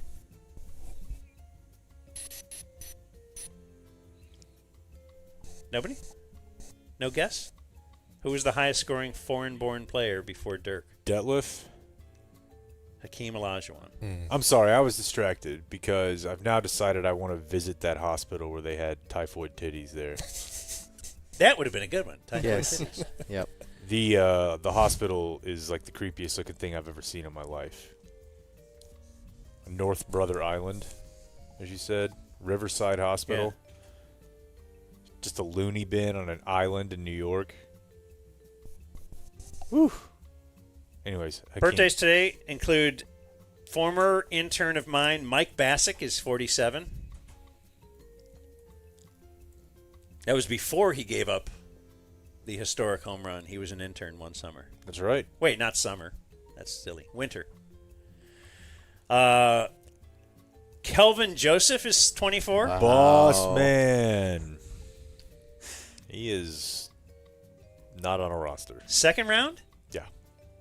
They love that second round, first round talent, but Take that red shot. flags. Randy Gregory, Jalen. I'm sure there are others. You're right about that one. I'm pretty sure I was not allowed to claim that as a win. The coaches used him wrong, or Former Cowboy Mark Sanchez is 38. Dak's mentor. We'll be seeing him for the rest of the year, too. He's on one of the announcing crews. He's one of the Fox teams, yeah. Golfer Fuzzy Zeller is 73. Jake. Actually, in my exit survey, I'm unsubscribing because Jake said Fuzzy Zeller's a racist. Well, here's what Fuzzy Zeller said. He's doing quite well. Pretty impressive. This is about Tiger Woods, of course, when Tiger Woods won his first Masters. He's doing quite well. Pretty impressive. Little boy's driving it well. He's putting well. He's doing everything it takes to win. I mean, already. Yeah. Yeah. If you're going to call him a little boy. Little boy. That's driving it well. He's putting well. He's doing everything it takes to win. So you know what you guys do when he gets in here? Pat him on the back, say congratulations, enjoy it, and tell him not to serve fried chicken next year. Got it. Jeez. Or collard greens, or whatever the hell they serve. Jeez. don't know if that made it better. The add-on, the collard greens, but yeah. Steve Konowalchuk is 52. Hockey. Corey Snyder is 62. Wait, who? Baseball? Baseball's right. Okay. You got excited because it seemed like you have some recognition of Corey Snyder, the name. I know it has something to do with you. Yes, he was a Cleveland Indians right fielder when I was a little kid who was on the U.S. Olympic team along with Odubie McDowell. Odubie McDowell was the center fielder. You had high hopes? A Ranger. Big hopes, and for some time, a small amount of time, I was a big animal kid. As a kid, I loved animals, and I just wanted to have more. Mosquitoes and. But I had a bird, and its name was Corey Snyder. What kind of bird did you have? I don't know. Like it couldn't talk or anything, but it was just a bird in a cage. What do you do with it if it doesn't talk? Like I've never really. I mean, I guess I've known a couple. It kind of sucked. My friend who had the I was happy when big it lizard died. had a bird. Yeah. But it just seemed like all you did was change the cage or the it didn't stuff do in the anything. cage. It just kind of made you sad. It was sitting there in the cage, like it's a bird. Right. and it has like 1 square foot to fly around it. Sorry, Corey. Victor Cruz is 38. One time, early on in dating my wife, we went to a Cowboys-Giants game. The most obnoxious I've ever been as a fan at a football game in my life. A lot of sauce involved. And the Cowboys won, and on the way out, I was salsa dancing like right through and in front of Giants fans. Jesus. Yeah, I should have been. And she was like, "Yep, this is the one." I got to lock into this guy. Should have been knocked out for that. Actor Ty Sheridan is 28. That's Wade Watts from Ready Player One. Bad movie. Good book. Actor Adam Beach is 52. Tommy on Walker, Texas Ranger. Oh, wow. Yeah, all of those shows, they always had to have a native. And that's who he was. And he was always, as you know, the stereotype or the trope. They always had to be really good at directions. And, like, sensing which way, like, tracking, you know? Like in Lonesome Dove, they had a native with them, and he would just hold the dust up. Like, this way. Wasn't Walker, though? Yeah, Walker was as good of a very in tracker as touch. any Native American? Chuck Norris has been sort of white man cosplaying both Japanese and Native American his whole career. Martial arts, but also very in touch with the earth, you know? Leo DiCaprio, 50. Demi Moore is 62. Or Demi. If you're a tool, say it like that. Hey, you want say Demi. You want a Leo DiCaprio note?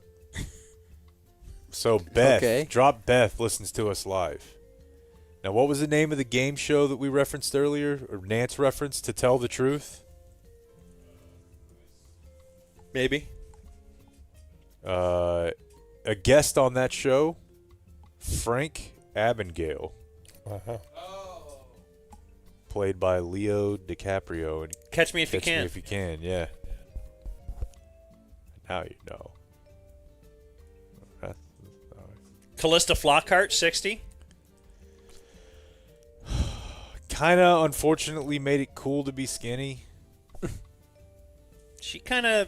And then it was like, oh, this is a disease. Yeah, it was part of that generation. That's what I grew up with.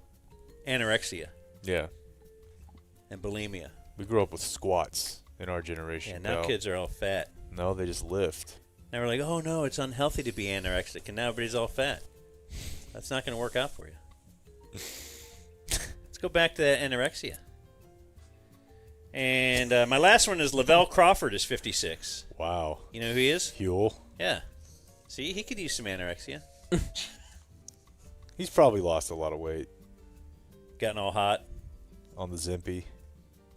I doubt he's gotten all hot. Yeah. Born on this day now dead, Kurt Vonnegut. Slaughterhouse. And dead on this day still dead. Texas legend. I give you Nat Turner, who led a slave uprising. Why did I think Kurt Vonnegut was from Texas? That was dumb. Nat Turner. So that's cool, right? And then they executed him. Oh. Yeah. And then also died on this day still dead, J. Rosamond Johnson, a composer of the song Lift Every Voice and Sing. The Black National Anthem. That's right. And that was Today in History. Oops, I didn't stop the music. Let's do the whole show over again so I can get that right. I'm right here, ready and waiting. Well, now we're at closing remarks time. Do you remember Brad Wheeler? He's been sitting here. Hi, Brad. Wow. For like 3 hours. Long Great. program today. Yeah. Thanks for letting me be here. Supersized. Yeah, I would just like to again thank Qualis Roofing. So, yeah, thanks to Qualis for sponsoring me. It's great to be here. It's really cool. I love seeing Blake research stuff on the fly. That was awesome to see. He's an elite Googler. Yeah. He's an elite Googler. Elite Googler. Video Man's On the Fly Productions over there is awesome. So, yeah, this is really cool. But But yeah, I have a question. I know you play Wordle, Dan. Does anybody do any of y'all play Wordle? No. Blake, These guys look down upon me for all my. Yeah. Okay, so I play Wordle with my family. Well, I'm glad you're into that, and the boys. And the boys, yeah. We're like, But I've just a question for you. Do you play with anybody else? Do you send them your results or anything like that, Dan, after you play? No. Man, this isn't going well. Did you think he did? Yeah, I would assume. So I will occasionally, my wife will tell me something like about the word that day or something. Yeah. But very occasionally. So we're a little bit more competitive in my family, and every morning we'll send each other our results. And eventually I was like, well, I want to know like how well we do against each other and so forth. So I work for a data and analytics company. I've been working in data and analytics for 20 years. So I also enjoy it personally. So I've done a ton of personal projects. So I've done a lot of NFL analysis. I've done a full breakdown of every Pink Floyd song, the structure of it, volleyball league stuff, lots of just random That's personal awesome. I wish I could do things, and that I kind of like Tony. Yeah, or even Engineer like Tony. Brunig kind of does that too. Like puts all of his like household expenses, Yeah. like toilet paper, which one to buy, like Yeah. project out this amount of time. The solar panels, like are they? He's got a list of Yeah. like places to go with his kids on the weekend Yeah, during when the when summer. they went last. Yeah, all yeah, that yeah. Sort of, yeah. So we started tracking our Wordle stats, and I asked the family to upload their stats or take a picture every day of their results and upload it to a Discord server. And then we created a bot that reads the results and saves them to a Google sheet, and it logs the date that you played, the results, and every guess that you made. And then from that, here it is right here. We have it on the screen. So you could be working on whatever, eradicating cancer or something, but Well, here we are. we all have personal time, right? So if you kind of scroll up a little bit here, Rob, you can kind of see this is our recent results. So you can see this in the past month, the total games that we've played. You've probably seen these type of results, but if you kind of hover over any of those boxes, in those boxes, yeah, right there, just kind of just scroll up. I go to a couple of sports data sites that use that. Yeah. So essentially, this is every game. So you have recent results, and then the next tab up there are all results, and then we have another analysis of your opening guesses. So it's just fun things like this, right? So I do this kind of fun thing, and what I was hoping you would say is, yeah, I would love a way to track my results, and I was going to tell you like, well, I have a solution for you. All you have to do is just upload your. Would you like me to join your thing? I was going to see if there was any interest. So I was going to see if there was any interest. I know that the Dumb Zone has a Discord server. It's very simple for us to just add a new channel to it called Wordle Screenshots. And then anyone who would upload their Wordle screenshots to that would automatically be added to this dashboard. So then you could track, and then, but then as a business, we do this kind of stuff for companies. You can imagine data flowing, and people are always wanting data, whether it's financial data or operational data or anything like that.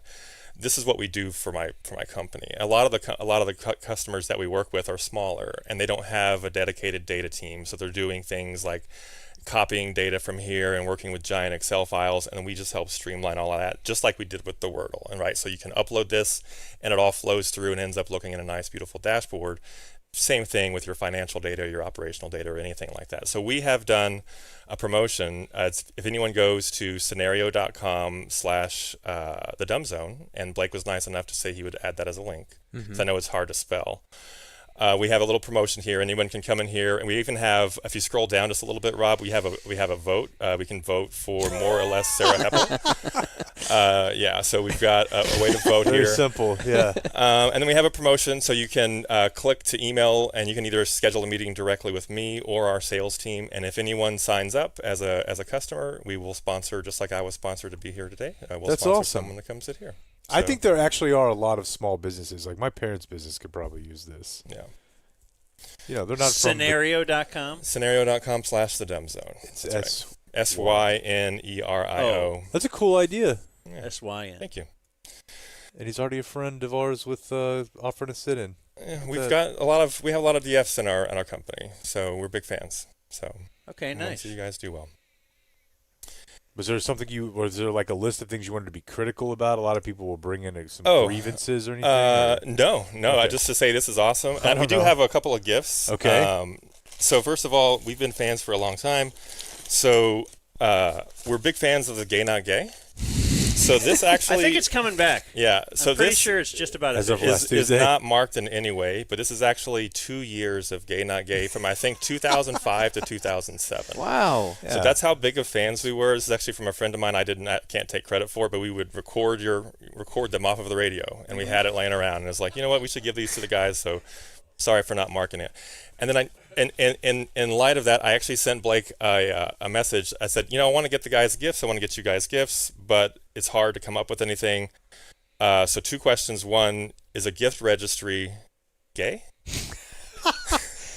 So if we were to make a gift registry for that, seems awful presumptuous. Yeah, too, right. Yeah, Although influencers do it. they do it. Really? Yeah. I mean, teachers definitely do it, right? The Amazon list, or maybe get me a little something fun for raising your kids for you. Yeah.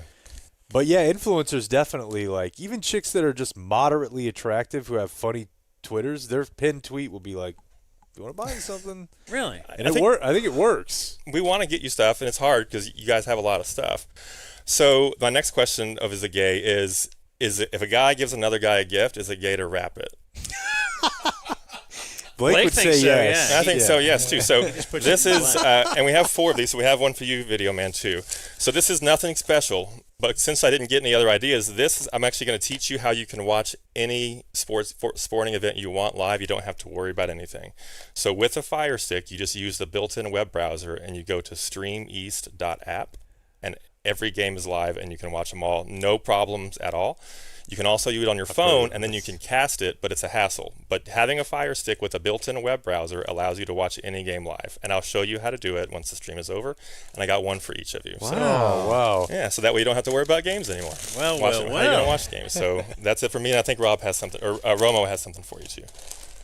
Okay. Look at that. That's Rock Romo back there. Romo has a mic back there somewhere. Yeah, so, I play golf. I collect golf balls, and I run an Instagram where I just post golf ball logos. I'm kind of OCD. I'm a photographer. I like to archive stuff. So I have a lot of extra golf balls.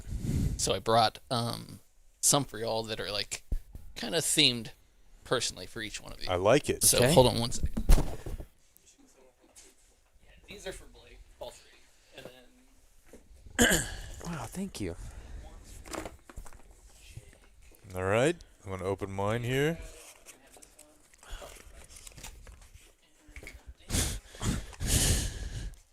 And a sleeve of golf balls for me. Yeah, mine are all booze branded. Mine are all high school mascots. Okay. Yeah. I've got multiple types of hooch here. I got one with the state of Ohio printed on it. You're from there. I am. Another Ohio State Park Resorts, and this one just says, it's got a little text on it that says, "Get cucked, be better." Somehow that was for me. Yeah. Somehow. It seemed right. Okay. And then also, my father-in-law started like a new. He owned a CrossFit gym. He sold it, and he started a new business as a hobby, where he I don't know if you know what Cerakote is. It's like a fancy type of paint that has to be like baked on. But anyways, he does custom guns for his company is called Texas Gun Guys. I mean they are amazing. He like fully takes them apart, sandblast them, repaints them, oven cooks them. They look amazing. Anyways, I made one for Blake. I made a putter for Blake. I was gonna say, do you have a firearm? Gun? Yeah. A lob wedge, actually. A Dumb Zone lob wedge. Wow. With the Dumb Zone logo on it? Yeah. Boy, talk about up and down. Yeah. That is pretty sweet. Yeah, it is. Yeah, he Wow. he helped me put that together. I don't know how to do this. People do win. And it's a really tough paint that won't like chip off. You can't take it off with chemicals. It has to be sandblasted off. It's like a ceramic coating sort of deal. Well, thank you guys. Yeah. Thank you for the tacos. Hey, this is sweet. What a day. There's no way I can use this. Well, I mean, it won't come off, he said. Yeah. So you have to use it. But if I blast it out of the sand, it'll ruin it? Maybe. Yeah, you spent a lot of time over there on the beaches. You know what I mean? Spend more time in the sand than David Hasselhoff. So, yeah. Thank you guys for coming. Is that a golf joke? That's more from Happy Gilmore. Adios, mofo. Shooter McGavin says it. Thank you for watching my video. Subscribe and type for my name if you want to watch more of my videos.